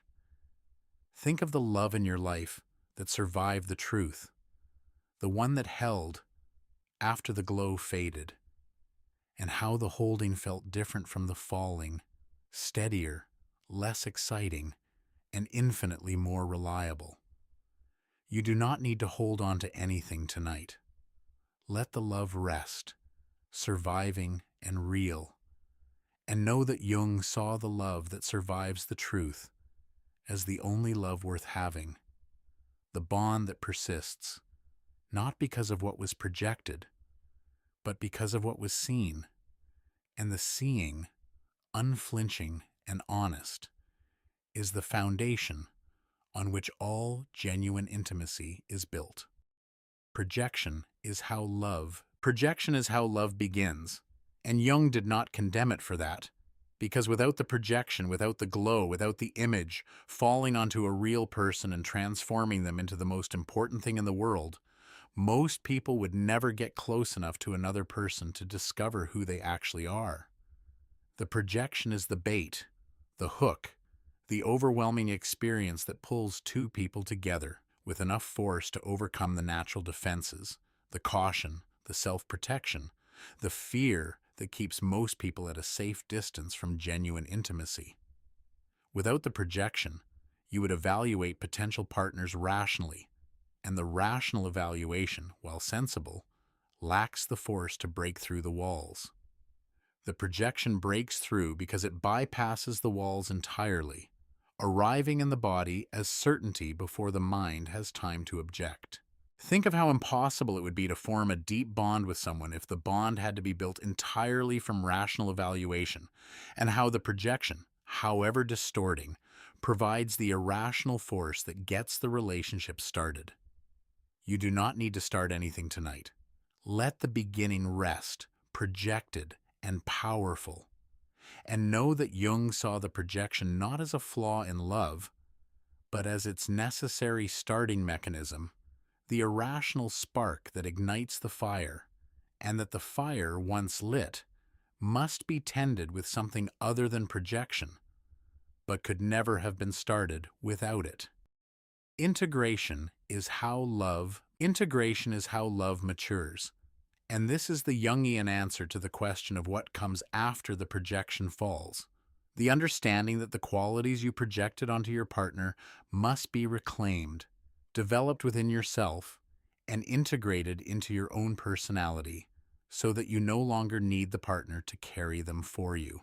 The man who projected his feeling onto a woman must develop his own capacity for feeling. The woman who projected her strength onto a man must develop her own strength. The integration does not end the love. It transforms it from a relationship of mutual carrying into a relationship of mutual seeing. Two whole people standing beside each other rather than two half people leaning on each other. Jung saw integration as the goal of the love story, not the arrival at a perfect partnership, but the development, through the partnership, of two people who have used the mirror of love to find and develop the parts of themselves they could not have found alone. Think of how your most important relationship has developed you, how the love made you grow in ways you would not have grown alone. You do not need to integrate anything tonight. Let the growth rest, and know that the love that matures through integration is the love that has fulfilled its deepest purpose, not making you happy, but making you whole. The image you can finally set down is the whole of this tier gathered into a single, liberating act the moment you stop needing your partner to be the image and allow them to be the person. And the setting down, which feels like a loss, is actually the beginning of the most honest love you have ever experienced. The image served its purpose. It got you close. It drew you in. It overwhelmed your defenses and landed you in the arms of a real person you might never have approached without its help. And now, the image can rest, no longer needed, because the person it was hiding behind is finally visible, finally known, finally enough. Think of the image you have carried and the weight of maintaining it, and how much lighter the relationship would feel if you simply let the image go and love the person who is actually there. You do not need to set anything down tonight.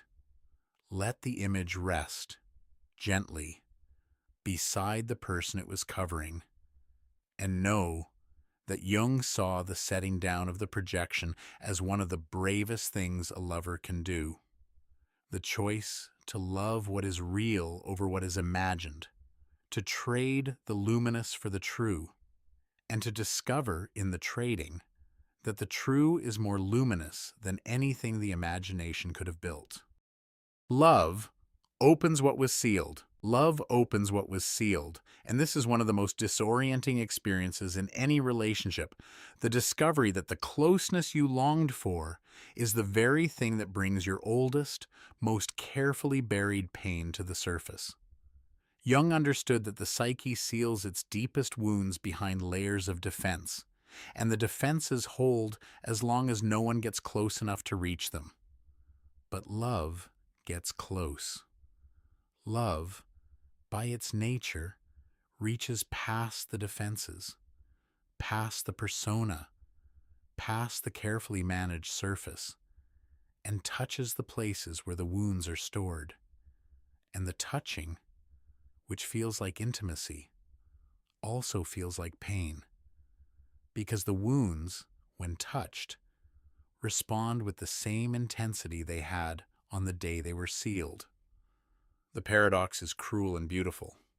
The thing you most wanted, closeness, is the thing that activates the thing you most avoided, the wound, and the activation feels like the relationship is causing the pain when it is actually uncovering it.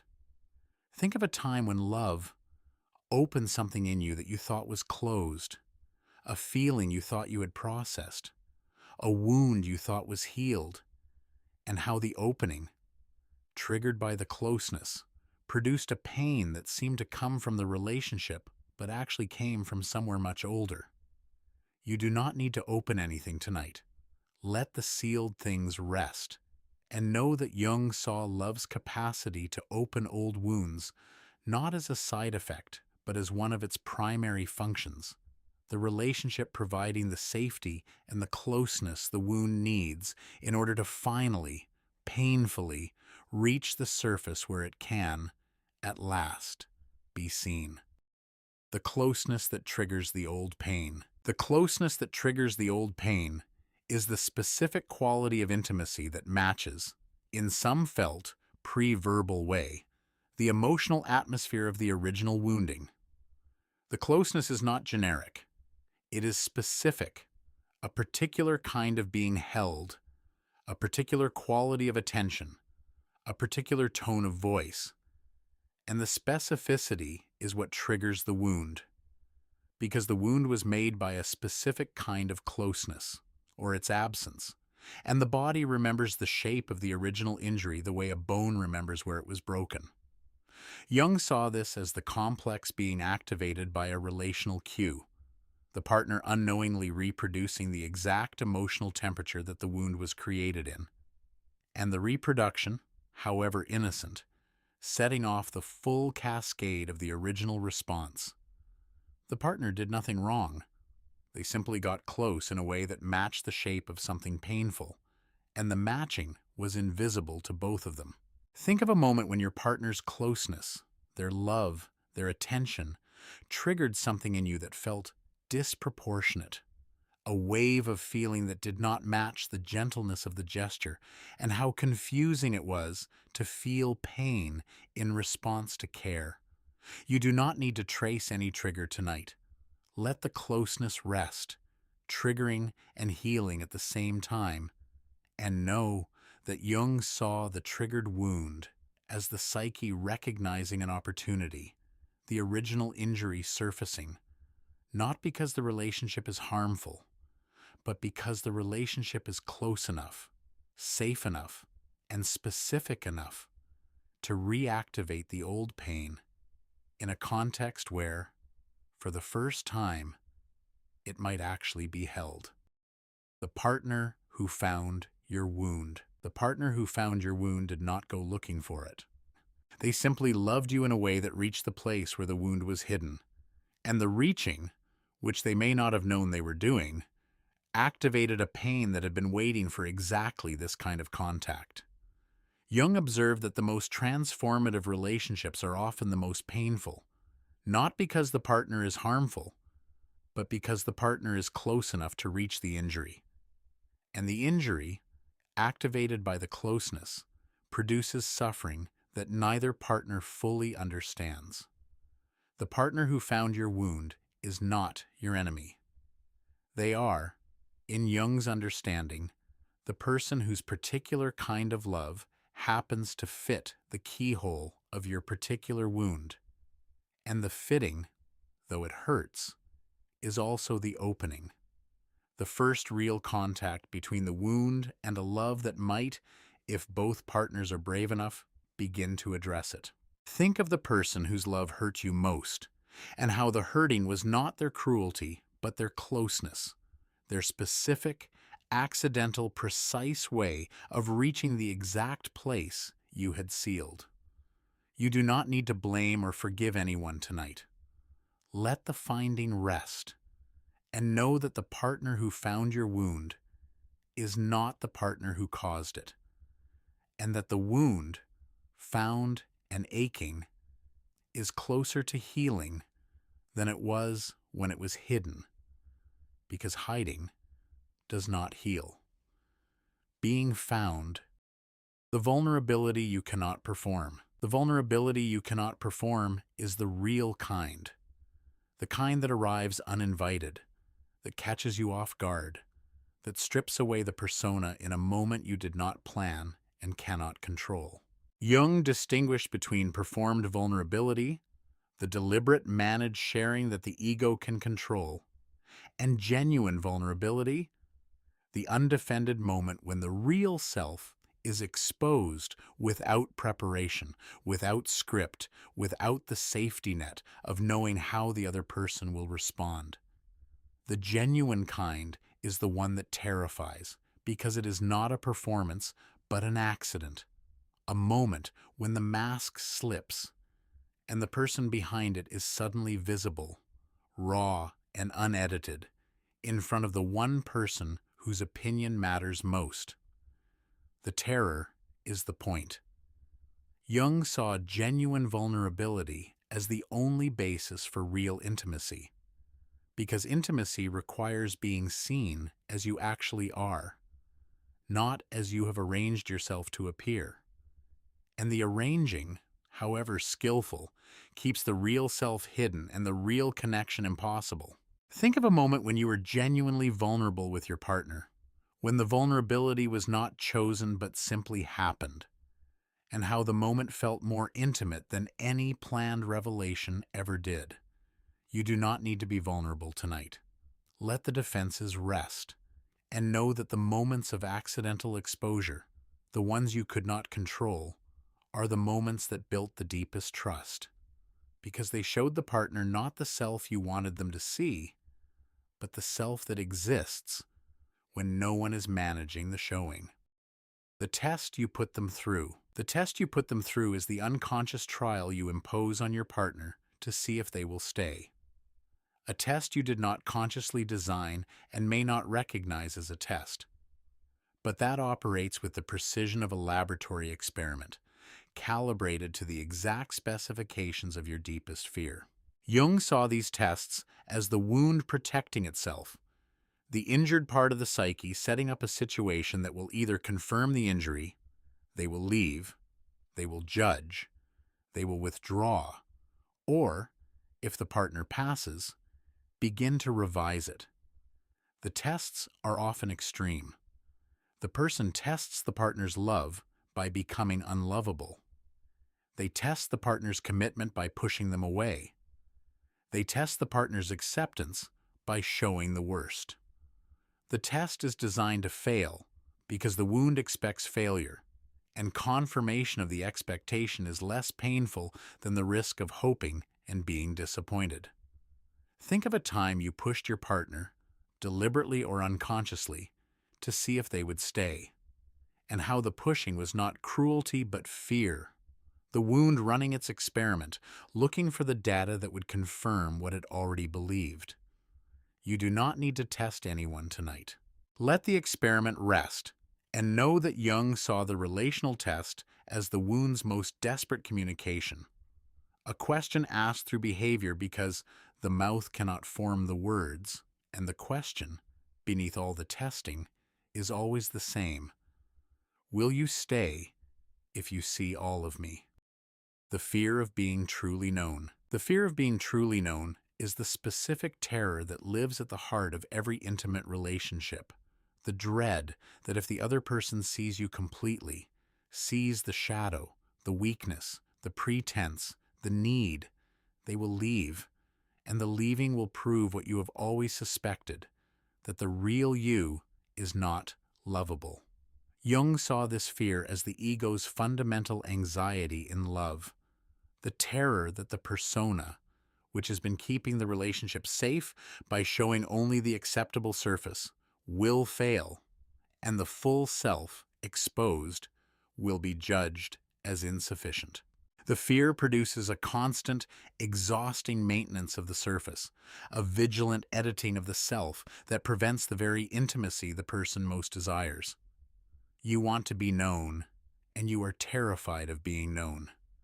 And the contradiction produces a specific kind of relational suffering, the loneliness of being loved for a version of yourself that is not the whole truth.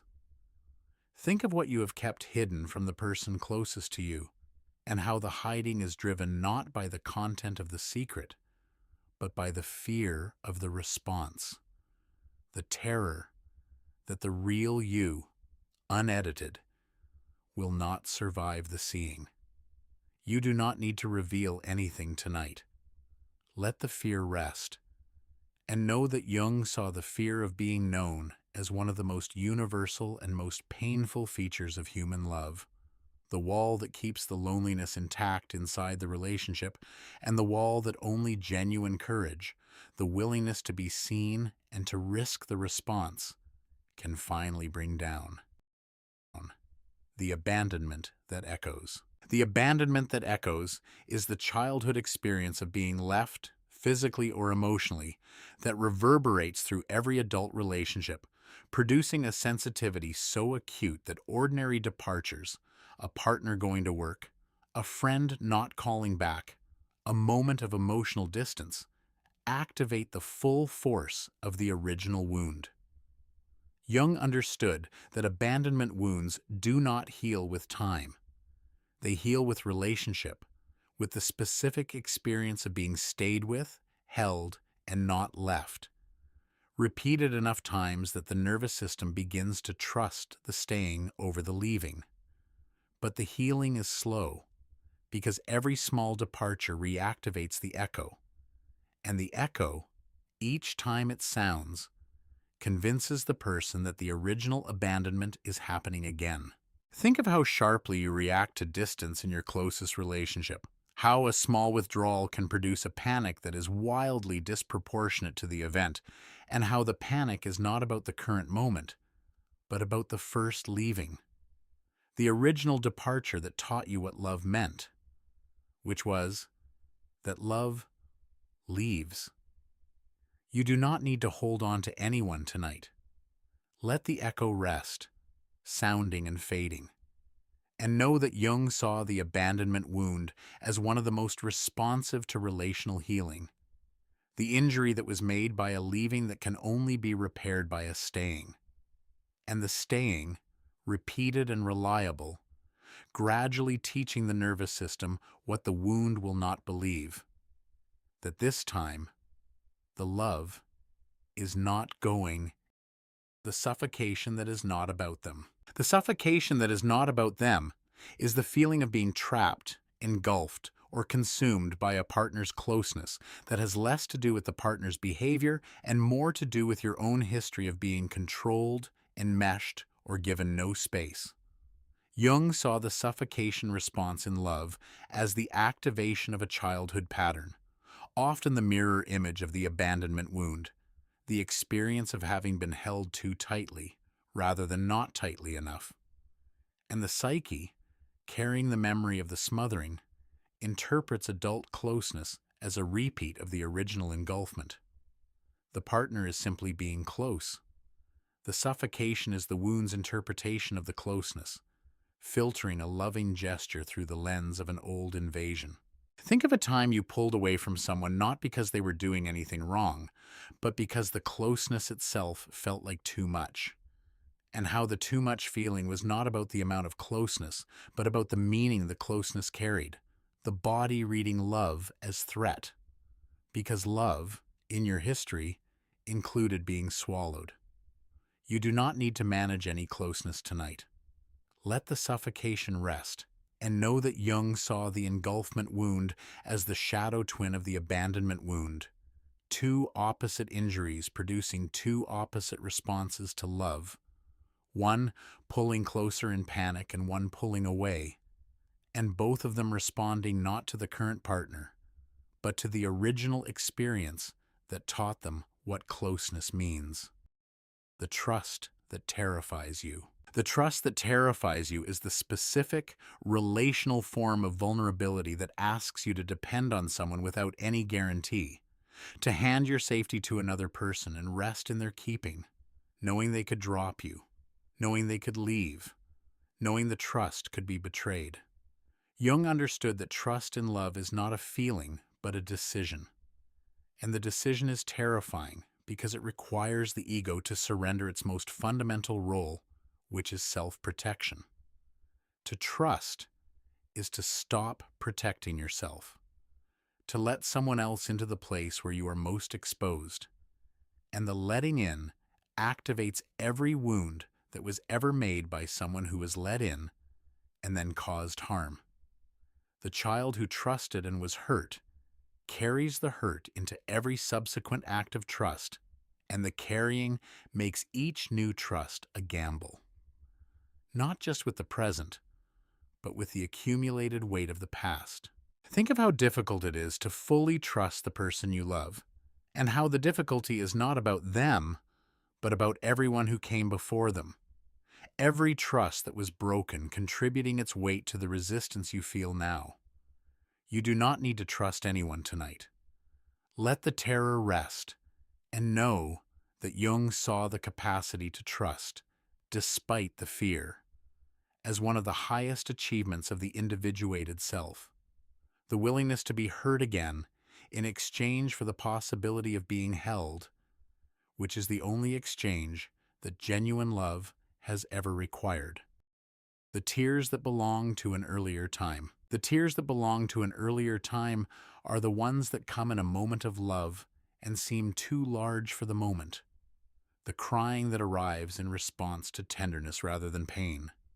The overwhelming emotion triggered not by something bad, but by something good. As though the goodness itself were opening a door to a grief you did not know you were carrying. Jung saw these tears as the psyche releasing stored emotion through the safe channel of intimacy, the accumulated grief of a lifetime of not being held well enough, finally finding a holding that is good enough, and the finding producing not relief, but a flood. The stored tears of every moment, the holding was needed and did not come.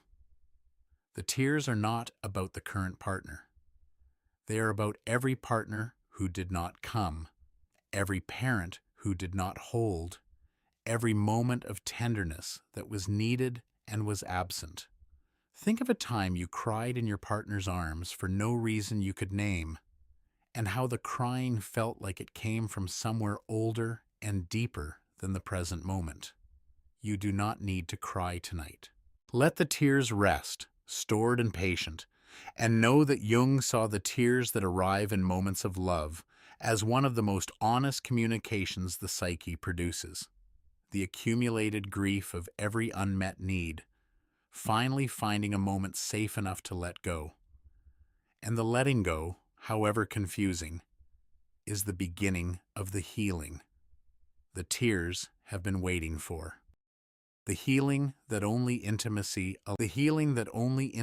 allows is the specific, irreplaceable repair that happens when a wound that was made by a relationship is healed by a different relationship. A wound caused by closeness, repaired by closeness. The injury made by love, treated by love. Jung saw this as the central paradox of relational healing, that the thing that hurt you is also the only thing that can heal you, because the wound was relational, made in the space between two people, and the healing must happen in the same space. No amount of individual insight, no amount of solitary reflection can do what the actual experience of being held differently by a real person does. The healing requires the body to learn a new response, and the body learns through experience, not through understanding. Think of a moment when your partner responded differently than your wound expected, when the rejection did not come, when the leaving did not happen, when the judgment was replaced by warmth, and how that single moment, that specific deviation from the expected pattern, changed something in you that years of thinking about it never could. You do not need to heal anything tonight. Let the healing rest, happening slowly, in the body, through the repeated experience of being loved differently than you were loved before. And know that Jung saw intimate relationship as the most powerful healing environment the psyche has access to, the place where the wounds made by love can finally, through love, begin to close. The wound that both partners carry. The wound that both partners carry is Jung's observation that people rarely pair randomly, that the wounds of one partner tend to interlock with the wounds of the other, creating a relational system in which both injuries are simultaneously activated and simultaneously available for healing. The abandoned pairs with the engulfed, the controlled pairs with the pleaser, the emotionally unavailable pairs with the emotionally hungry. The interlocking is not accidental. It is the unconscious recognizing in the other person the complement to its own wound, the person whose injury fits precisely into the gap left by yours, creating a system that is painful and also, potentially, redemptive, because each partner carries exactly the wound the other needs to learn to heal. Think of how your partner's wound activates yours and yours activates theirs, and how the mutual activation, which produces so much of the conflict, is also the mutual opportunity. Two people carrying complementary injuries, each one holding the medicine the other needs. You do not need to heal any mutual wound tonight. Let the interlocking rest, and know that Jung saw the matching of wounds as one of the deepest forms of relational intelligence, the unconscious selecting not for comfort but for healing, choosing the partner whose injury, precisely fitted to yours, creates the conditions where both wounds can finally, painfully, and together begin to close. The love strong enough to hold the pain. The love strong enough to hold the pain is the whole of this tear gathered into a single, quiet recognition that the wounds love opens are not signs of the relationship failing, but signs of the relationship reaching the depth where the real work begins. Every wound activated by intimacy is a wound that was waiting for a relationship safe enough to open in, and the opening, however painful, is the opportunity that hiding never provided. The love that can hold the pain, that does not flinch when the wound surfaces, that stays when the tested self pushes away, that remains when the old tears arrive, is the love that has found its purpose, not happiness, but healing, not comfort, but depth. The love that understands that the pain is not the enemy of the bond, but the material it was designed to hold. Think of the pain your love has held, the wounds it has witnessed, the tears it has caught, and how the holding changed the relationship more than any romantic gesture ever could. You do not need to hold any pain tonight. Let the love rest, strong and tested, and know that Jung saw the love that can hold pain as the most complete expression of human intimacy. The bond that says, I see your wound, and I am still here, and the staying, repeated, and genuine is the healing itself. Every relationship has a power struggle. Every relationship has a power struggle, and Jung would say this is not a sign of failure, but a structural feature of intimacy, because every deep bond involves two separate selves with separate needs, and the negotiation of those needs, which is constant and mostly invisible, is a form of power that neither partner fully acknowledges. The struggle is rarely about the things you argue about. It is about the things beneath the things. Who gets to define the reality of the relationship? Whose needs take priority? Whose version of events is accepted as true? Whose comfort is preserved at the expense of whose growth?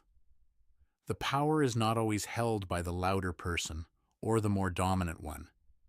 It is often held by the one who controls the emotional temperature, the person who decides, through mood or withdrawal or silence, how the house feels today.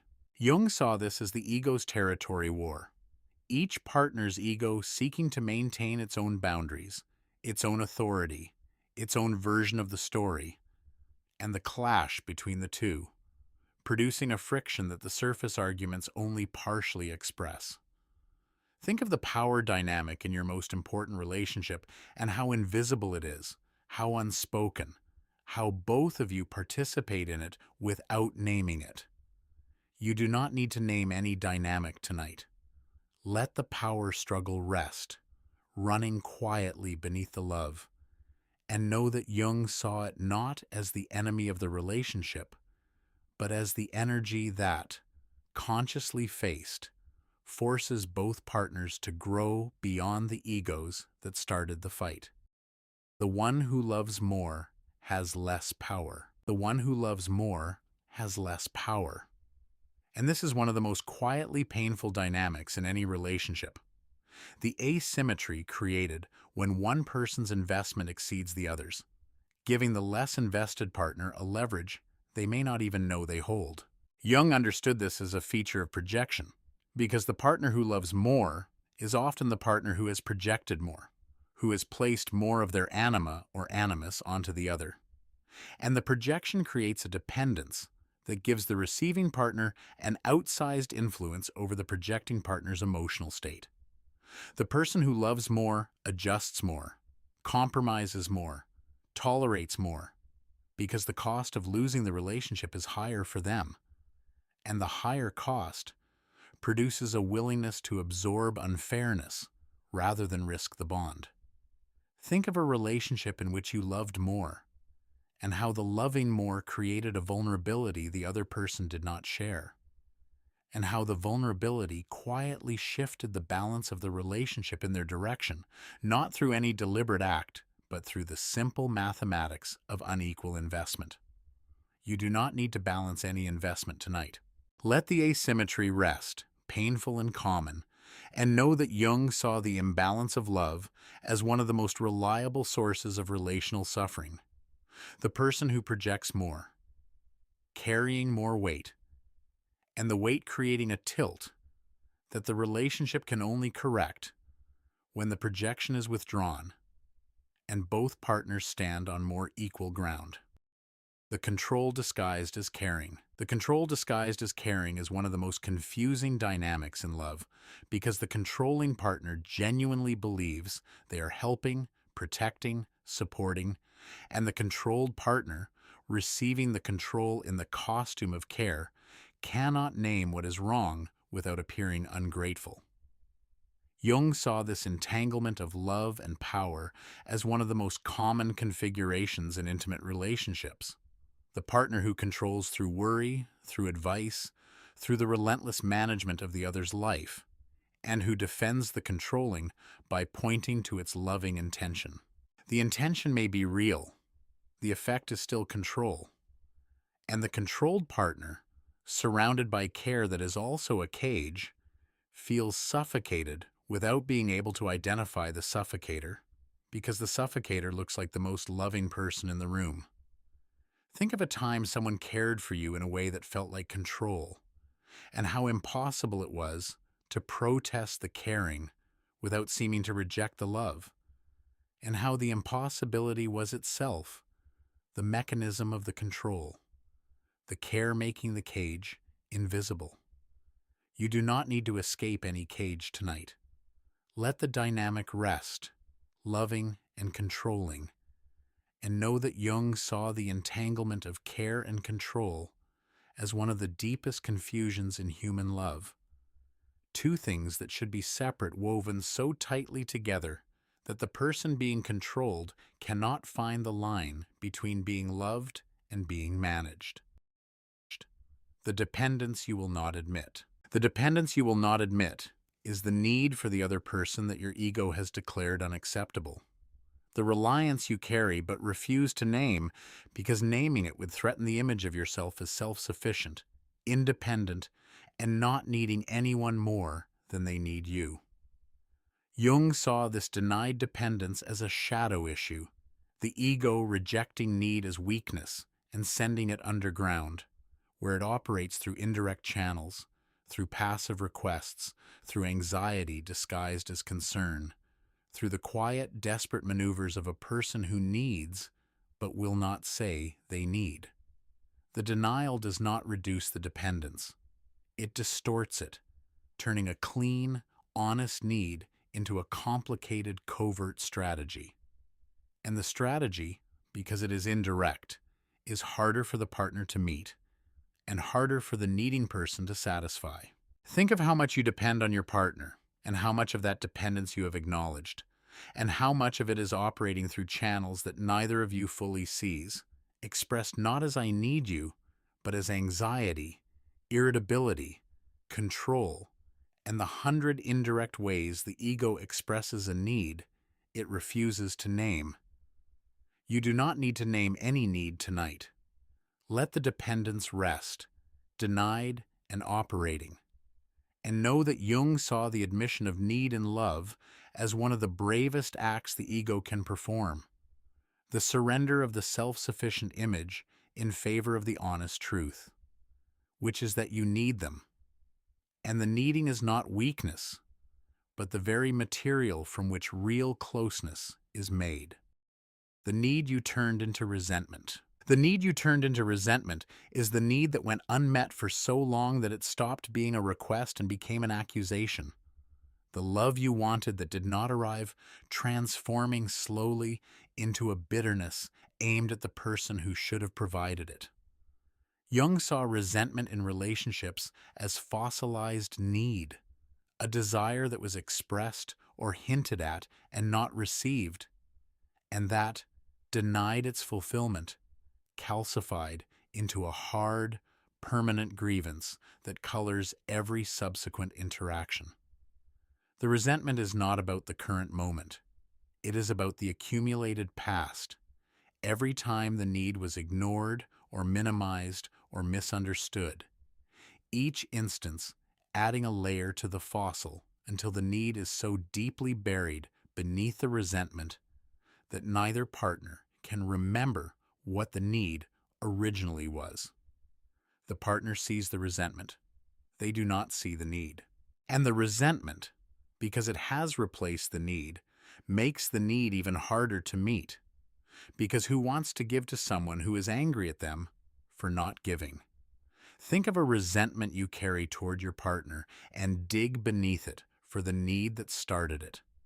The soft, vulnerable request that was made and not met, and that hardened over time into the stone you now throw. You do not need to soften any resentment tonight. Let it rest, hardened and heavy, and know that Jung saw every resentment in love as an unmet need in disguise, and the disguise once seen through, reveals not an accusation, but an ache, not anger, but a longing that was hurt too many times and put on armor to survive. The freedom you gave away for love. The freedom you gave away for love is the autonomy, the independence, the parts of your individual self that you surrendered, willingly or gradually, in exchange for the closeness the relationship provided, and the surrender, which felt like love at the time, now feels like a loss you cannot name. Jung saw this as one of the most common sacrifices in intimate relationships. The person giving up parts of themselves, their interests, their friendships, their goals, their voice, in order to maintain the bond, and the giving up accumulating until the person inside the relationship is a diminished version of the person who entered it. The partner may not have asked for the sacrifice. It may have been offered, voluntarily, as a gift the love seemed to require. But the gift, once given, becomes a debt, and the debt, unacknowledged, becomes a resentment, and the resentment, unexpressed, becomes a distance, the specific distance of a person who loves their partner and has lost themselves in the loving. Think of the parts of yourself you set aside when the relationship began, the interests you stopped pursuing, the people you stopped seeing, the dreams you stopped mentioning, and how the setting aside seemed small at the time and has become the shape of what is missing. You do not need to reclaim anything tonight. Let the freedom rest, given and missed, and know that Jung saw the sacrifice of self in love as one of the most well-intentioned and most destructive things a person can do. The giving away that looks like love and feels, eventually, like disappearing. The silence that is a weapon. The silence that is a weapon is the withdrawal of communication used not as a pause, but as a punishment. The refusal to speak that says more than any words could. And that operates as one of the most effective power tools in any intimate relationship because it is deniable. The person deploying the silence can always say they are simply quiet, that nothing is wrong, that they need space, and the denial makes the weapon invisible while the effect remains devastating because the silent treatment activates the partner's deepest fears of abandonment and rejection without providing any content to address. Jung saw the strategic use of silence as the shadow expressing itself through absence, the anger, the hurt, the desire to punish operating through what is withheld rather than what is said. And the withholding, because it provides nothing to argue with, leaves the receiving partner trapped in a void where the only thing louder than words is the pointed, deliberate lack of them. Think of a silence in your relationship that was not peaceful but loaded, and how the silence communicated more threat, more displeasure, more control than any sentence could have carried. You do not need to break any silence tonight. Let the quiet rest, and know that Jung saw the weaponized silence as one of the shadow's most sophisticated strategies. Power exercised through absence, control maintained through nothing, and the nothing, in the hands of someone who knows how to use it, more damaging than any word. The sacrifice that became a chain. The sacrifice that became a chain is the thing you gave up for the relationship that has quietly transformed from a gift into a grievance, from an offering into a shackle, because the sacrifice, once made, was never truly released but held, counted, and used as silent leverage against the partner who received it. Jung saw this as the ego's relationship with its own generosity, the pattern of giving and then, unconsciously, keeping score, accumulating a debt the partner never agreed to incur and then resenting them for not paying it. The sacrifice was real. The love behind it may have been genuine, but the keeping, the counting, the silent expectation of repayment turned the sacrifice from a gift into a transaction. And the transaction, because it was never named, operates in the dark, producing a resentment the partner cannot understand because they do not know the bill exists. Think of what you sacrificed for your relationship and whether the sacrifice was truly released or quietly retained as a debt. You do not need to release any sacrifice tonight. Let the chain rest and know that Jung saw the sacrifice that becomes a chain as one of the quietest forms of relational manipulation, the gift that was never freely given, the generosity that kept its receipt, and the receipt presented silently through resentment, poisoning the very bond the sacrifice was meant to strengthen. The person you lost inside the bond. The person you lost inside the bond is yourself. The version of you that existed before the relationship claimed so much of your identity that the pre-relationship person became a stranger, someone you dimly remember but can no longer quite access. Jung saw this as the over-identification with the relationship, the person merging so completely with the bond that they lose their individual boundaries, their separate identity, their capacity to exist as a whole person outside the context of the partnership. The merging feels like love at first, the beautiful dissolution of the boundary between self and other, the romantic ideal of two becoming one. But the one, in practice, is usually one and a half, one person intact and the other partially dissolved. And the dissolved person, having given up their separateness in the name of love, finds themselves unable to think, feel, or exist independently of the relationship. Think of who you were before your most important relationship and how much of that person still exists and how much was absorbed by the bond. You do not need to find yourself tonight. Let the lost person rest inside the bond and know that Jung saw the loss of self in love as one of the most common and most dangerous forms of relational sacrifice, the person trading their individuality for their belonging, and the trade, however comforting, producing a relationship between one whole person and one ghost. The growth your partner cannot allow. The growth your partner cannot allow is the development in you that threatens the established dynamic, the change that would disrupt the roles, shift the balance, and require the partner to adjust to a version of you they did not sign up for. Jung saw this as one of the most painful tests of any relationship, the moment when one partner begins to individuate, to grow beyond the role they have been playing, and the other partner, consciously or unconsciously, resists because the growth threatens the system the relationship is built on.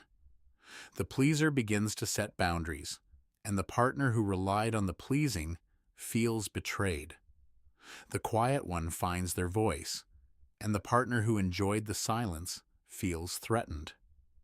The growth is not an attack on the relationship.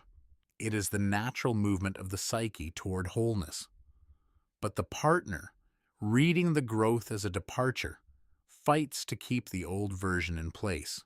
Think of a time you began to grow and felt the relationship resist, and how the resistance felt like the partner opposing you when they were actually opposing the change, defending a version of the bond that the growth was about to make obsolete. You do not need to grow tonight. Let the growth rest, and know that Jung saw the resistance to a partner's individuation as one of the great tests of love. The question of whether the relationship can accommodate two growing people or only one growing person and one who stays the same. The boundary you are afraid to set. The boundary you are afraid to set is the limit you know you need but cannot enforce because the enforcing feels like a threat to the love, a potential rupture, a risk that the partner will interpret the boundary as rejection and withdraw.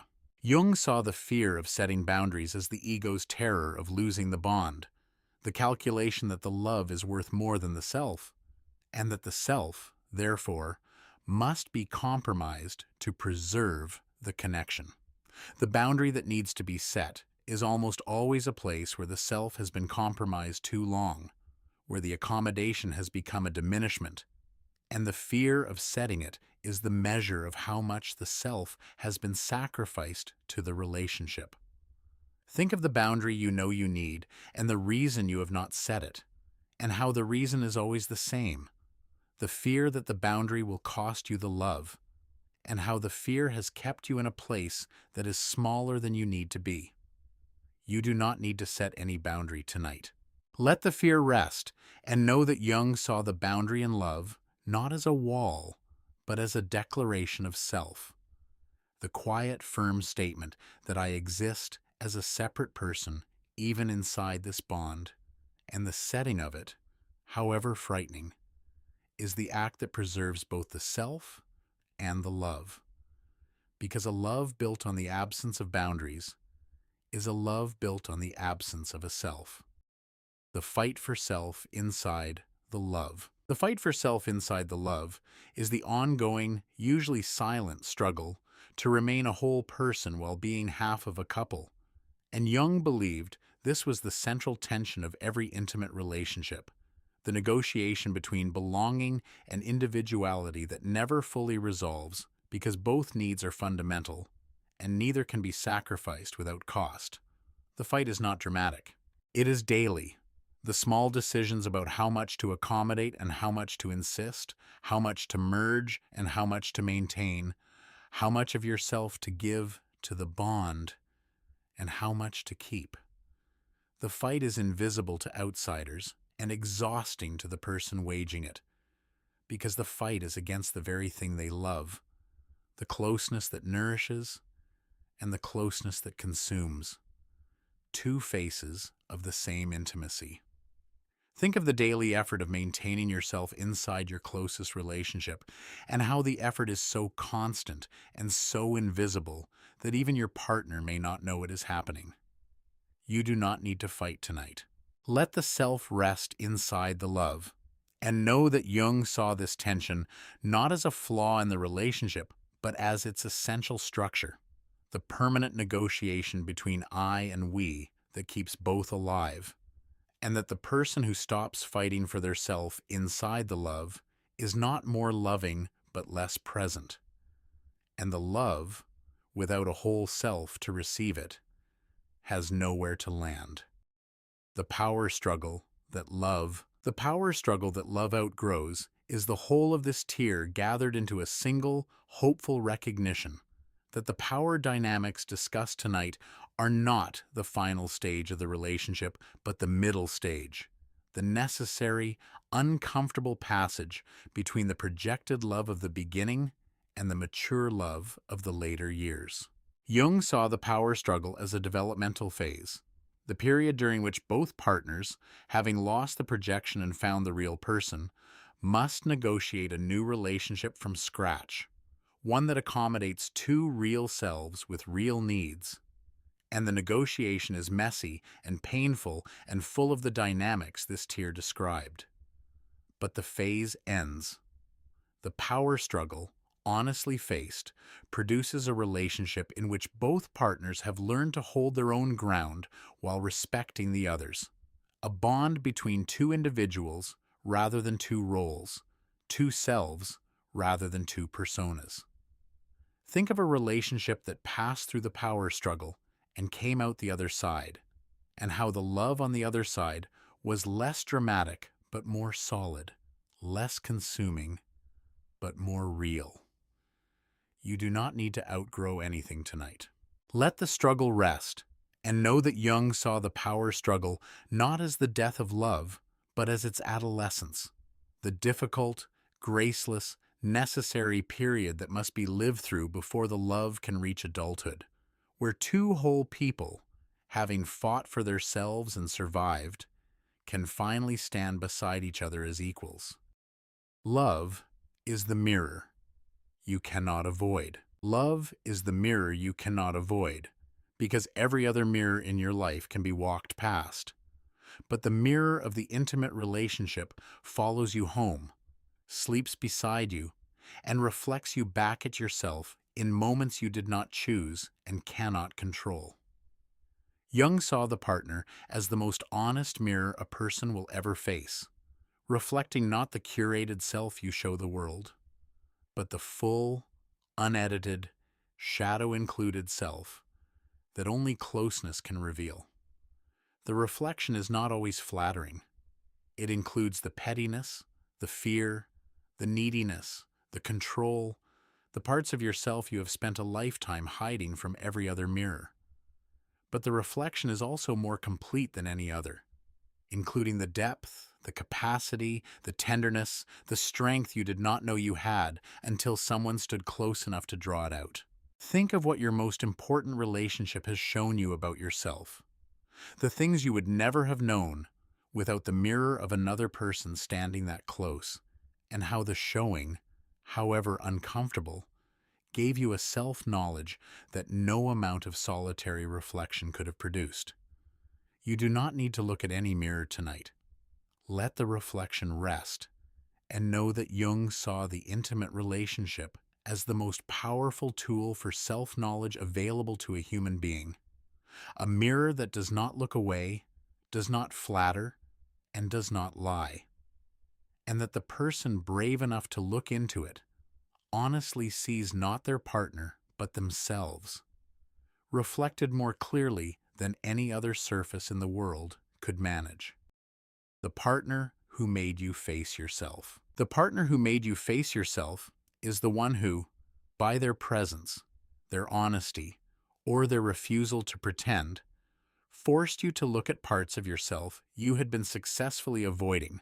And the facing, which felt at the time like conflict or crisis, was actually the beginning of the most important growth of your life.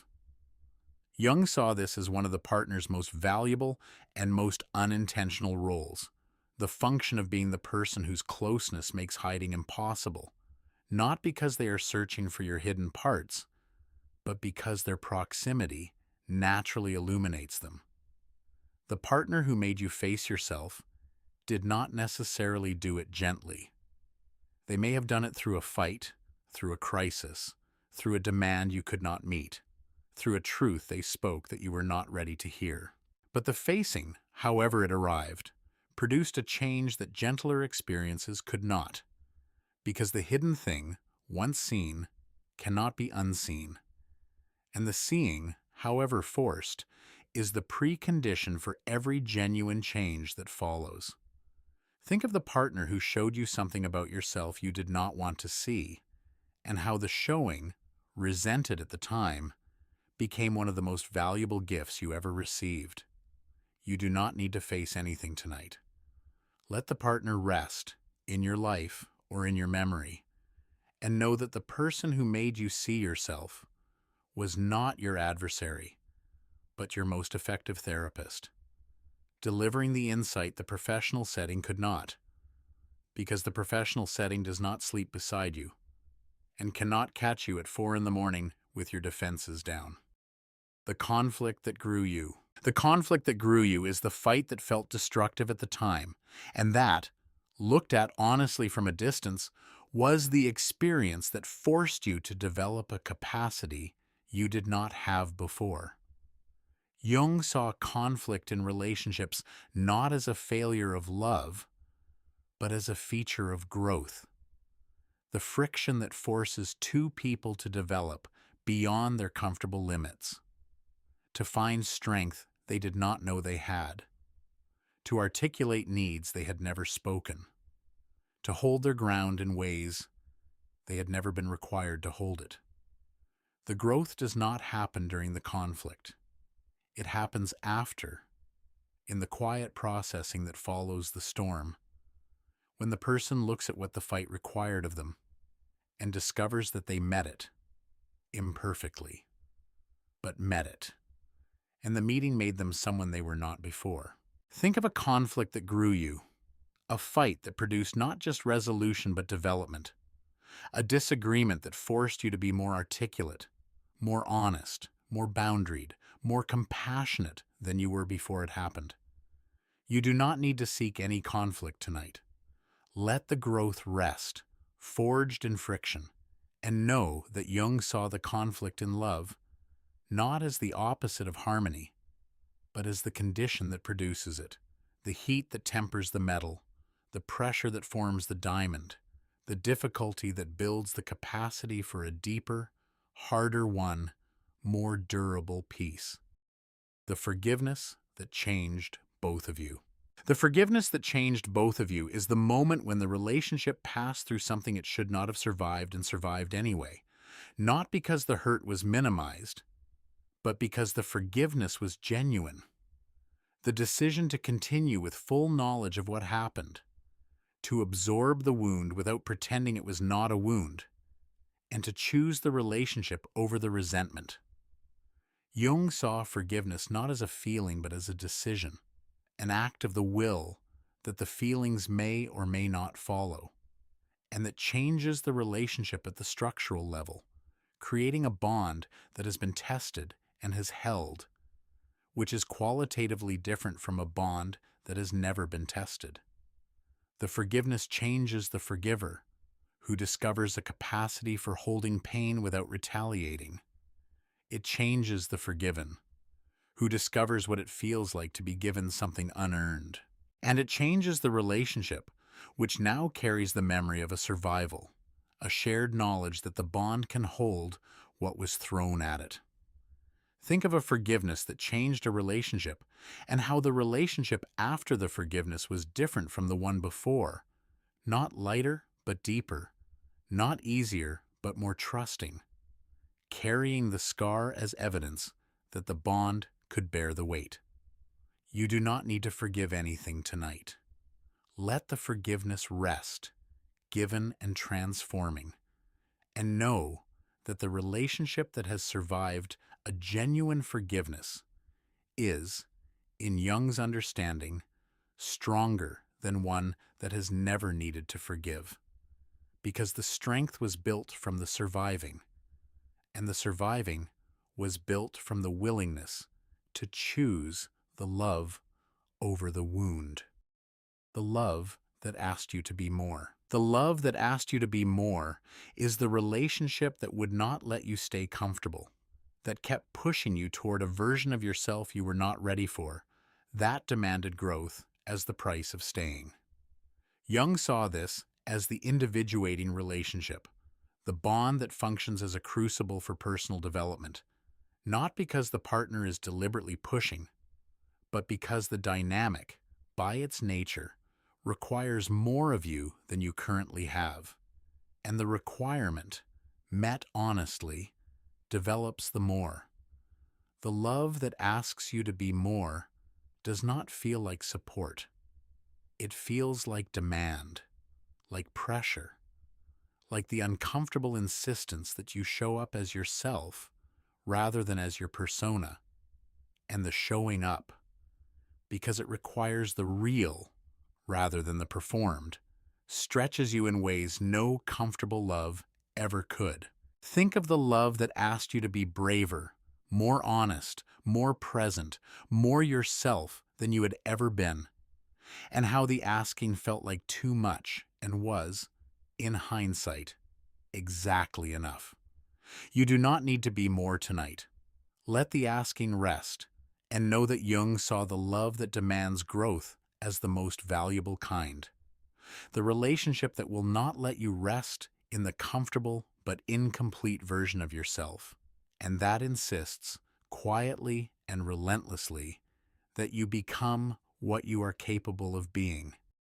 You became yourself through them. You became yourself through them. And this is one of the most surprising truths about love in Jung's psychology, that the partner you loved was not just a companion on the journey of becoming yourself, but an essential instrument of it. The person without whom the becoming could not have happened.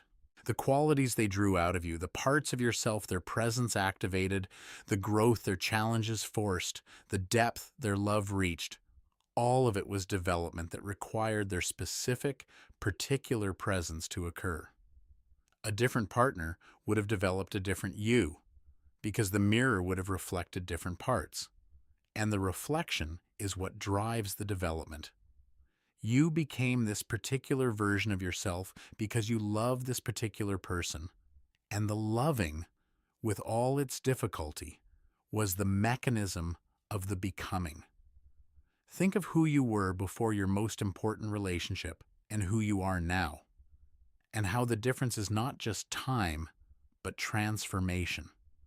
The specific transformation that only that specific person could have catalyzed. You do not need to become anything more tonight. Let the becoming rest, and know that Jung saw the partner not as a witness to your development, but as a cause of it.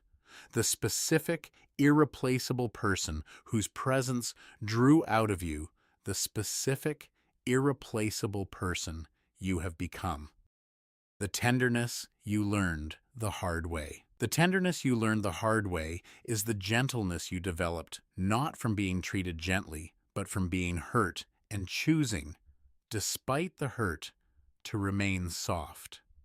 Jung saw tenderness in love as one of the most developed and most hard-won qualities a person can achieve, because the natural response to being hurt in love is to harden, to build walls, to protect, and the choice to remain tender, to keep the heart open after it has been broken, is a choice against every instinct the wounded psyche produces.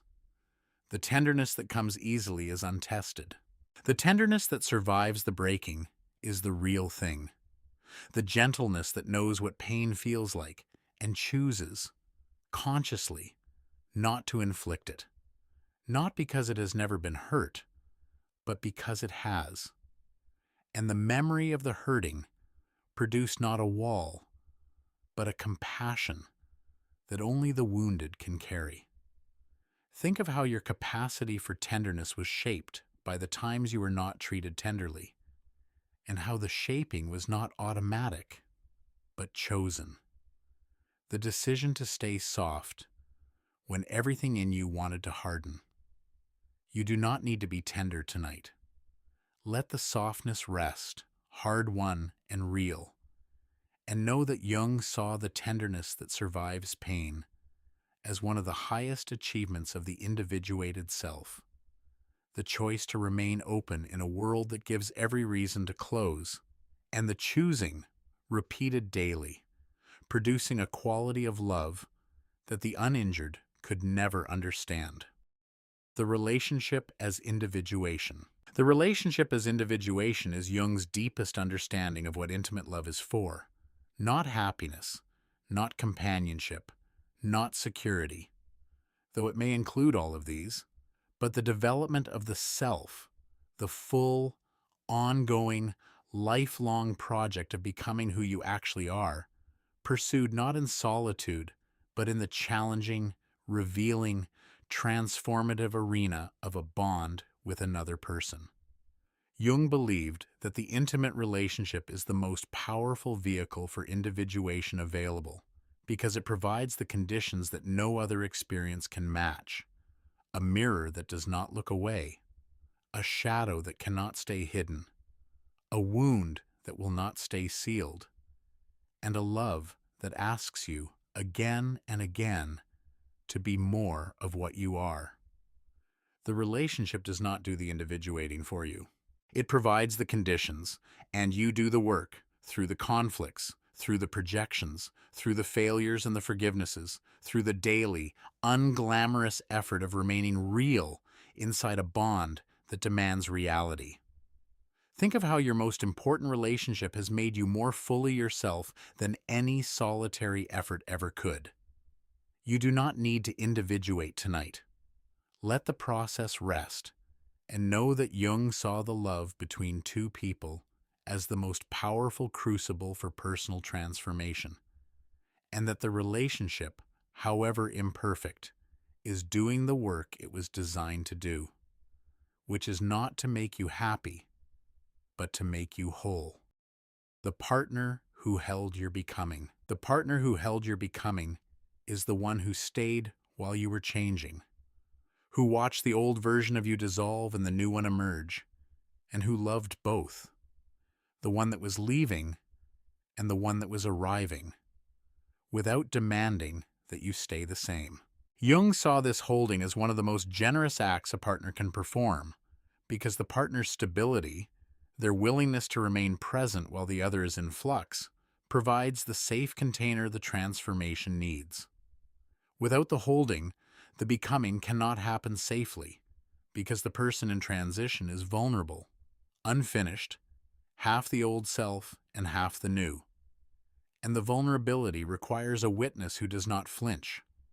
Think of the person who held you while you were becoming, who watched you change and did not leave, and how their staying was the ground on which the new version of you was built. You do not need to be held tonight. Let the holding rest, and know that the partner who watched your transformation without asking you to stop was, in Jung's understanding, performing the most sacred function of love, providing the stillness in which the movement could happen, the constancy in which the change could occur, and the acceptance in which the becoming, however messy, could finally feel safe enough to complete itself. The love that did not save you. The love that did not save you is the relationship that you entered hoping it would fix the wound, fill the emptiness, complete the missing piece, and that could not, because no love can do what the self must do for itself. Jung was clear about this. Love does not save. It reveals. It provides the mirror, the friction, the material. But the work of salvation, the integration of the shadow, the development of the unlived self, the healing of the wound, is work that only you can do, inside the relationship, but never through the partner. The love that did not save you did not fail. It did exactly what love can do, which is to show you what needs saving and to hold the space while you save it yourself. The failure was not in the love, but in the expectation. The hope that another person could do the inner work for you, and the disappointment, when it came, was the discovery that the work is yours. Think of the love you hoped would save you and how the hoping was itself the wound.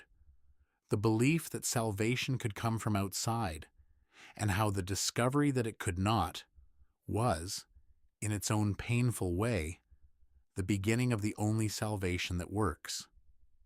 You do not need to be saved tonight.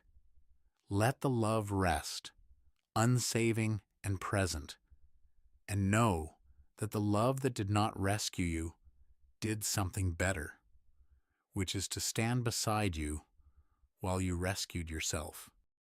The gratitude for what was hard. The gratitude for what was hard is the quiet, mature appreciation that arrives, sometimes years later, for the parts of the relationship that hurt the most, the conflicts that grew you, the wounds that deepened you, the projections that showed you yourself, the power struggles that forced you to find your own ground. Jung saw this gratitude as a sign of genuine individuation, the capacity to hold the painful and the valuable as the same thing, to thank the difficulty for what it produced without pretending it was not difficult.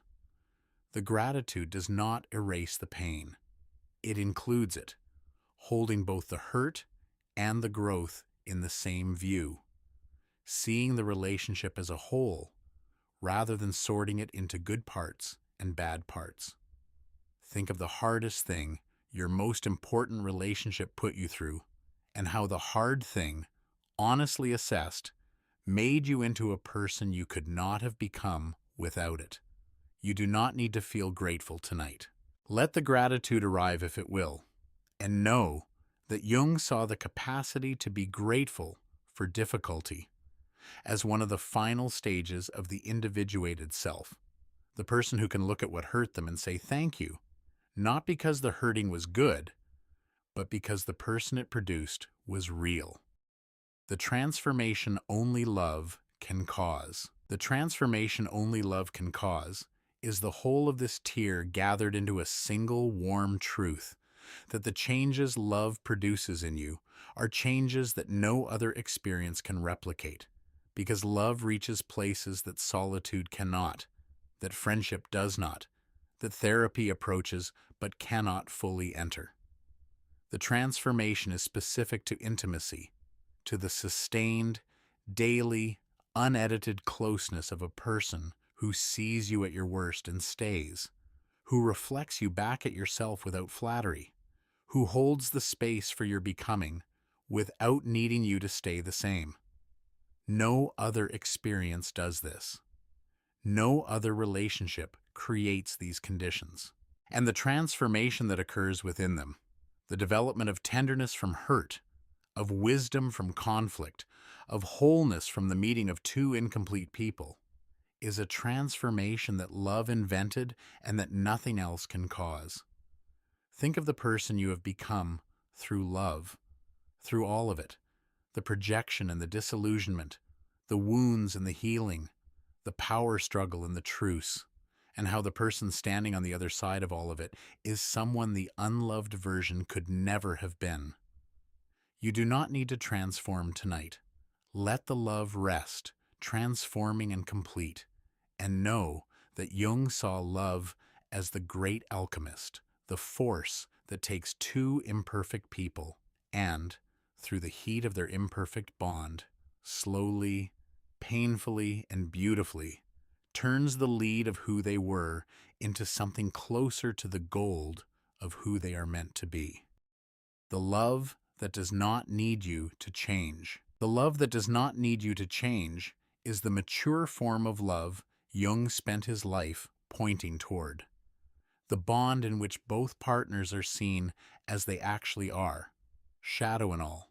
And the seeing does not produce a demand for improvement, but a quiet, radical acceptance that says, this is who you are, and this is enough. This love does not mean there is no growth. It means the growth comes from within, motivated by the self's own drive toward wholeness, not by the partner's dissatisfaction. The partner does not need you to change. They need you to be, fully and honestly, and the being, when it is allowed without conditions, paradoxically produces more change than any demand ever could, because a person who is accepted as they are has the safety to become what they might be. Think of what it would feel like to be loved without any requirement to be different, to be held exactly as you are, with all your imperfections acknowledged and none of them treated as conditions for the love. You do not need to change tonight. Let yourself rest, exactly as you are, and know that Jung saw this unconditional acceptance not as the absence of standards, but as the presence of a love deep enough to hold the whole person, and that the holding, because it does not demand, gives the held person the one thing they need most to change, which is the freedom not to. The acceptance that heals without fixing. The acceptance that heals without fixing is the quality of love that provides repair, not through intervention, but through presence, not by solving the wound, but by sitting beside it, holding it, and letting it be. Jung understood that many of the deepest wounds cannot be fixed by another person. They can only be witnessed, and the witnessing, when it is steady and compassionate and does not flinch, produces a healing that no fixing could match, because the wound was made not by a lack of solutions, but by a lack of being seen. The person who is not seen as a child does not need advice. They need to be looked at, fully and gently, by someone who does not turn away. The person who is not held does not need fixing. They need holding. The repair is in the quality of the attention, not in the content of the response. Think of a time someone simply sat with your pain without trying to fix it, and how the sitting healed something the fixing never could, because the healing was not in the solution, but in the company. You do not need to be fixed tonight. Let the acceptance rest, and know that Jung saw the accepting partner as the most healing force in the human world. The person who provides not answers but presence, and the presence, offered without agenda, doing more for the wound than any intervention could. Two whole people, not two halves. Two whole people, not two halves is Jung's vision of the mature relationship, the bond between two individuals who have each done enough of their own inner work to stand on their own and who come together not out of need, but out of choice. Not because they are incomplete without the other, but because they are more fully expressed with them. The romantic ideal of two halves making a whole is, in Jung's view, a formula for dependence, because each half needs the other to function, and the needing produces a bond built on lack rather than abundance. The mature relationship is the meeting of two abundances, two people who have integrated enough of their own shadow, reclaimed enough of their own projections, and developed enough of their own unlived qualities to stand as whole people who choose, rather than need, each other.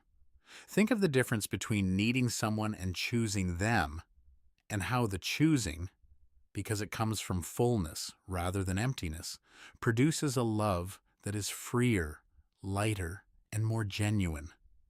You do not need to be whole tonight. Let the wholeness rest, developing and incomplete, and know that Jung saw the relationship between two whole people as the highest form of love, the bond that exists not because both partners would fall apart without it, but because both partners, standing on their own, freely and deliberately choose to stand together.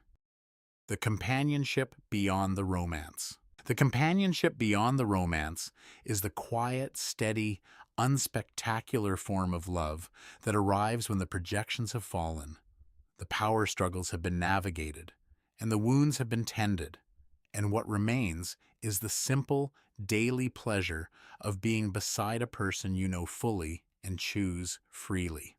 Jung did not romanticize this phase. He honored it, seeing in the companionate bond a maturity that the romantic phase, for all its intensity, could never achieve. The companionship does not burn. It warms, and the warming, because it is steady, produces a comfort that the burning, because it was temporary, could not sustain. The person beside you is not the image you fell in love with. They are the person the image was hiding. And the person, known and chosen, is more real than any image could be. Think of the quiet moments in your most important relationship, the ones without drama, without intensity, without the glow, and how those moments, accumulated over time, have become the substance of the bond.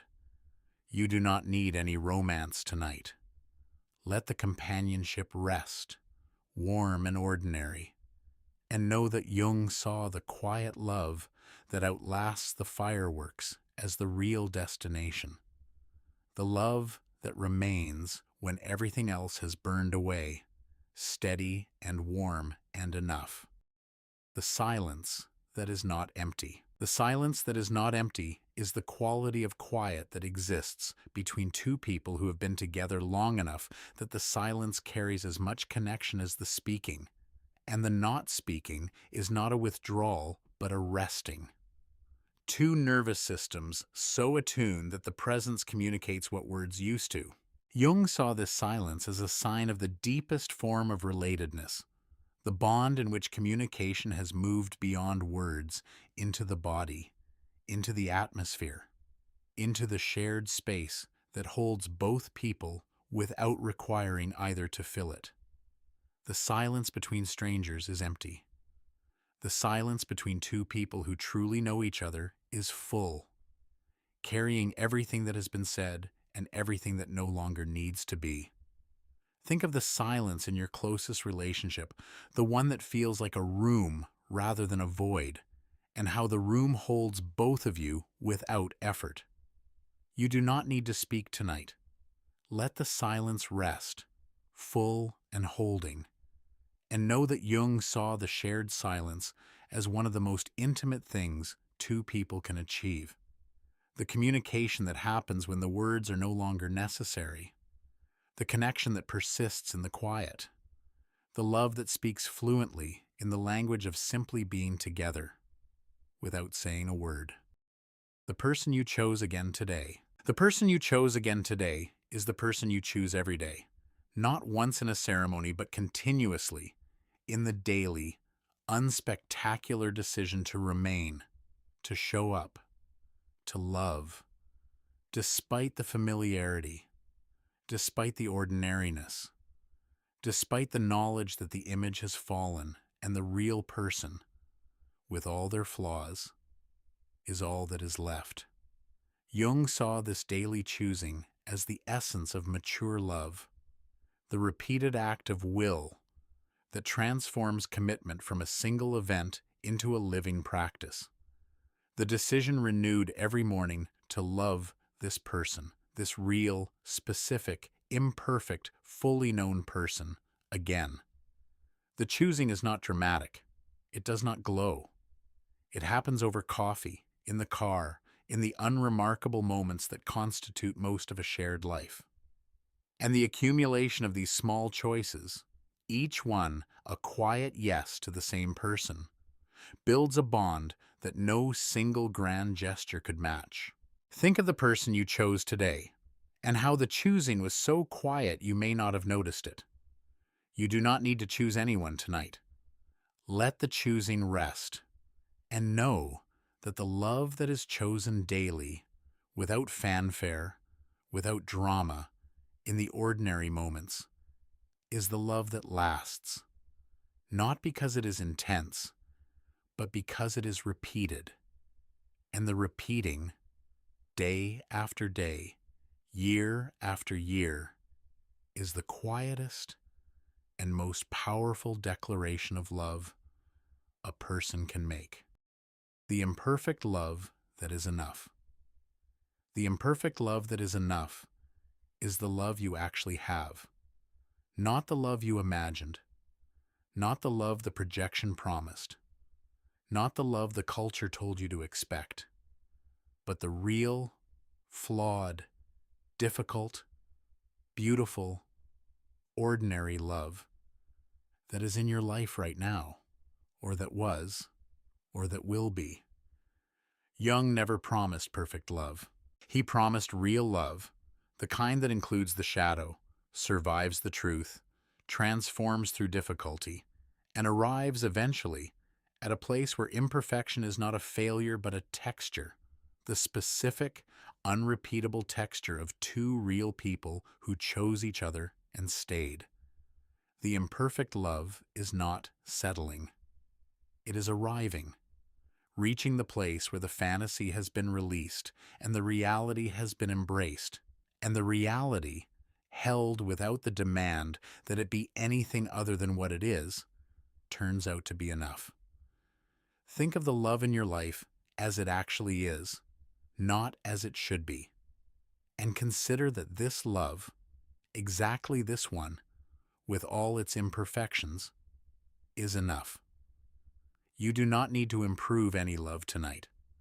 Let it rest, imperfect and sufficient, and know that Jung saw the imperfect love honestly held as more valuable than the perfect love imagined, because the imperfect one is real, and the real one is the only one that can hold you.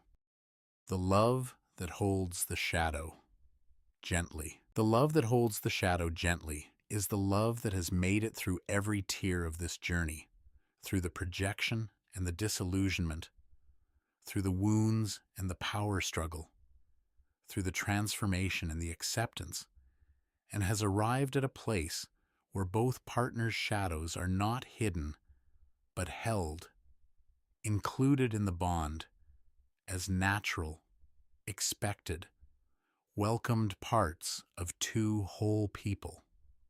This love does not pretend the shadow is not there. It makes room for it, the way a room makes room for the dark corners, not by lighting them, but by including them in the architecture. The shadow held gently is a shadow that does less damage because it is not fighting to be seen. It has been seen. It is resting inside the love, carried by two people who have agreed, quietly, that the dark parts are part of the deal. Think of what it would feel like to have your shadow held by someone who does not flinch. You do not need to show your shadow tonight. Let it rest, and know that the love that holds the shadow gently is, in Jung's understanding, the love that has found its deepest expression, the bond that includes everything, and turns nothing. The bond that survived the truth. The bond that survived the truth is the relationship that passed through every revelation, every disappointment, every withdrawal of projection, every activation of wound, every power struggle, and emerged not unscathed but unbroken, carrying the scars as evidence of its strength rather than its failure. This bond is not perfect.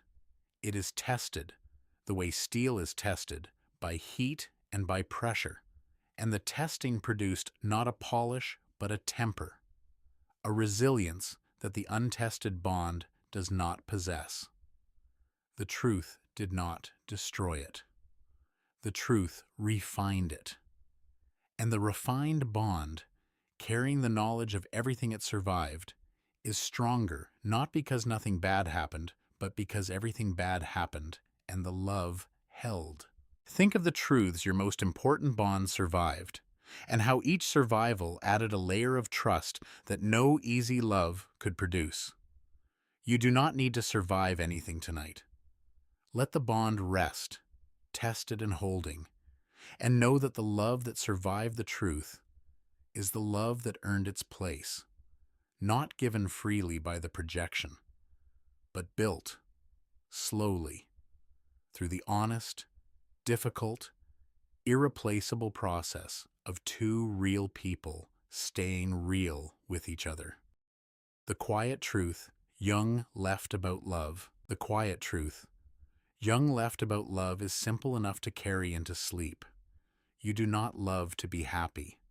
You love to be whole. The projection brings you close. The shadow tests you. The wounds open what was sealed. The power struggle forces you to find yourself. And the love that remains, after all of it, is the love that made you more of who you are, not by completing you, but by drawing out of you the completeness that was already there, waiting for a relationship brave enough to reach it. Love is not the destination. It is the instrument, the mirror, the forge, the quiet, relentless force that asks you again and again to be everything you are. Let this truth settle now. You love to be whole, and the love, however imperfect, has been doing its work all along. The love that grows softer now. The love that grows softer now is the love at the end of the journey, the one that has been through everything and is finally, gently resting.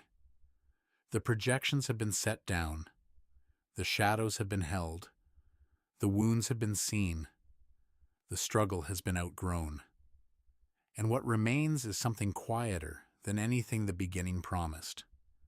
A love that does not burn, but breathes, that does not seize, but holds, that does not need the other person to be anything other than exactly who they are, lying beside you in the dark, real and imperfect and chosen and enough. Let the love grow soft. Let it settle over you like warmth. Let it be what it has always been, beneath the projections and the struggles, the simple presence of another person's heart, beating beside yours, asking nothing. The arms that hold you into sleep. The arms that hold you into sleep may be beside you, or they may be in your memory, but they are real. The arms of everyone who ever held you, every love that touched you, every person who saw your shadow and did not leave. Jung's truths are sleeping now. The projections, the wounds, the struggles, the transformations, all of them have gone quiet, and what is left is only this: the dark, the warmth, the weight of everything you have learned and loved and survived, and a silence that holds all of it, gently, the way arms hold a body that is finally ready to rest. There is nothing left to understand about love tonight. Let it hold you. Let yourself, at last, be held.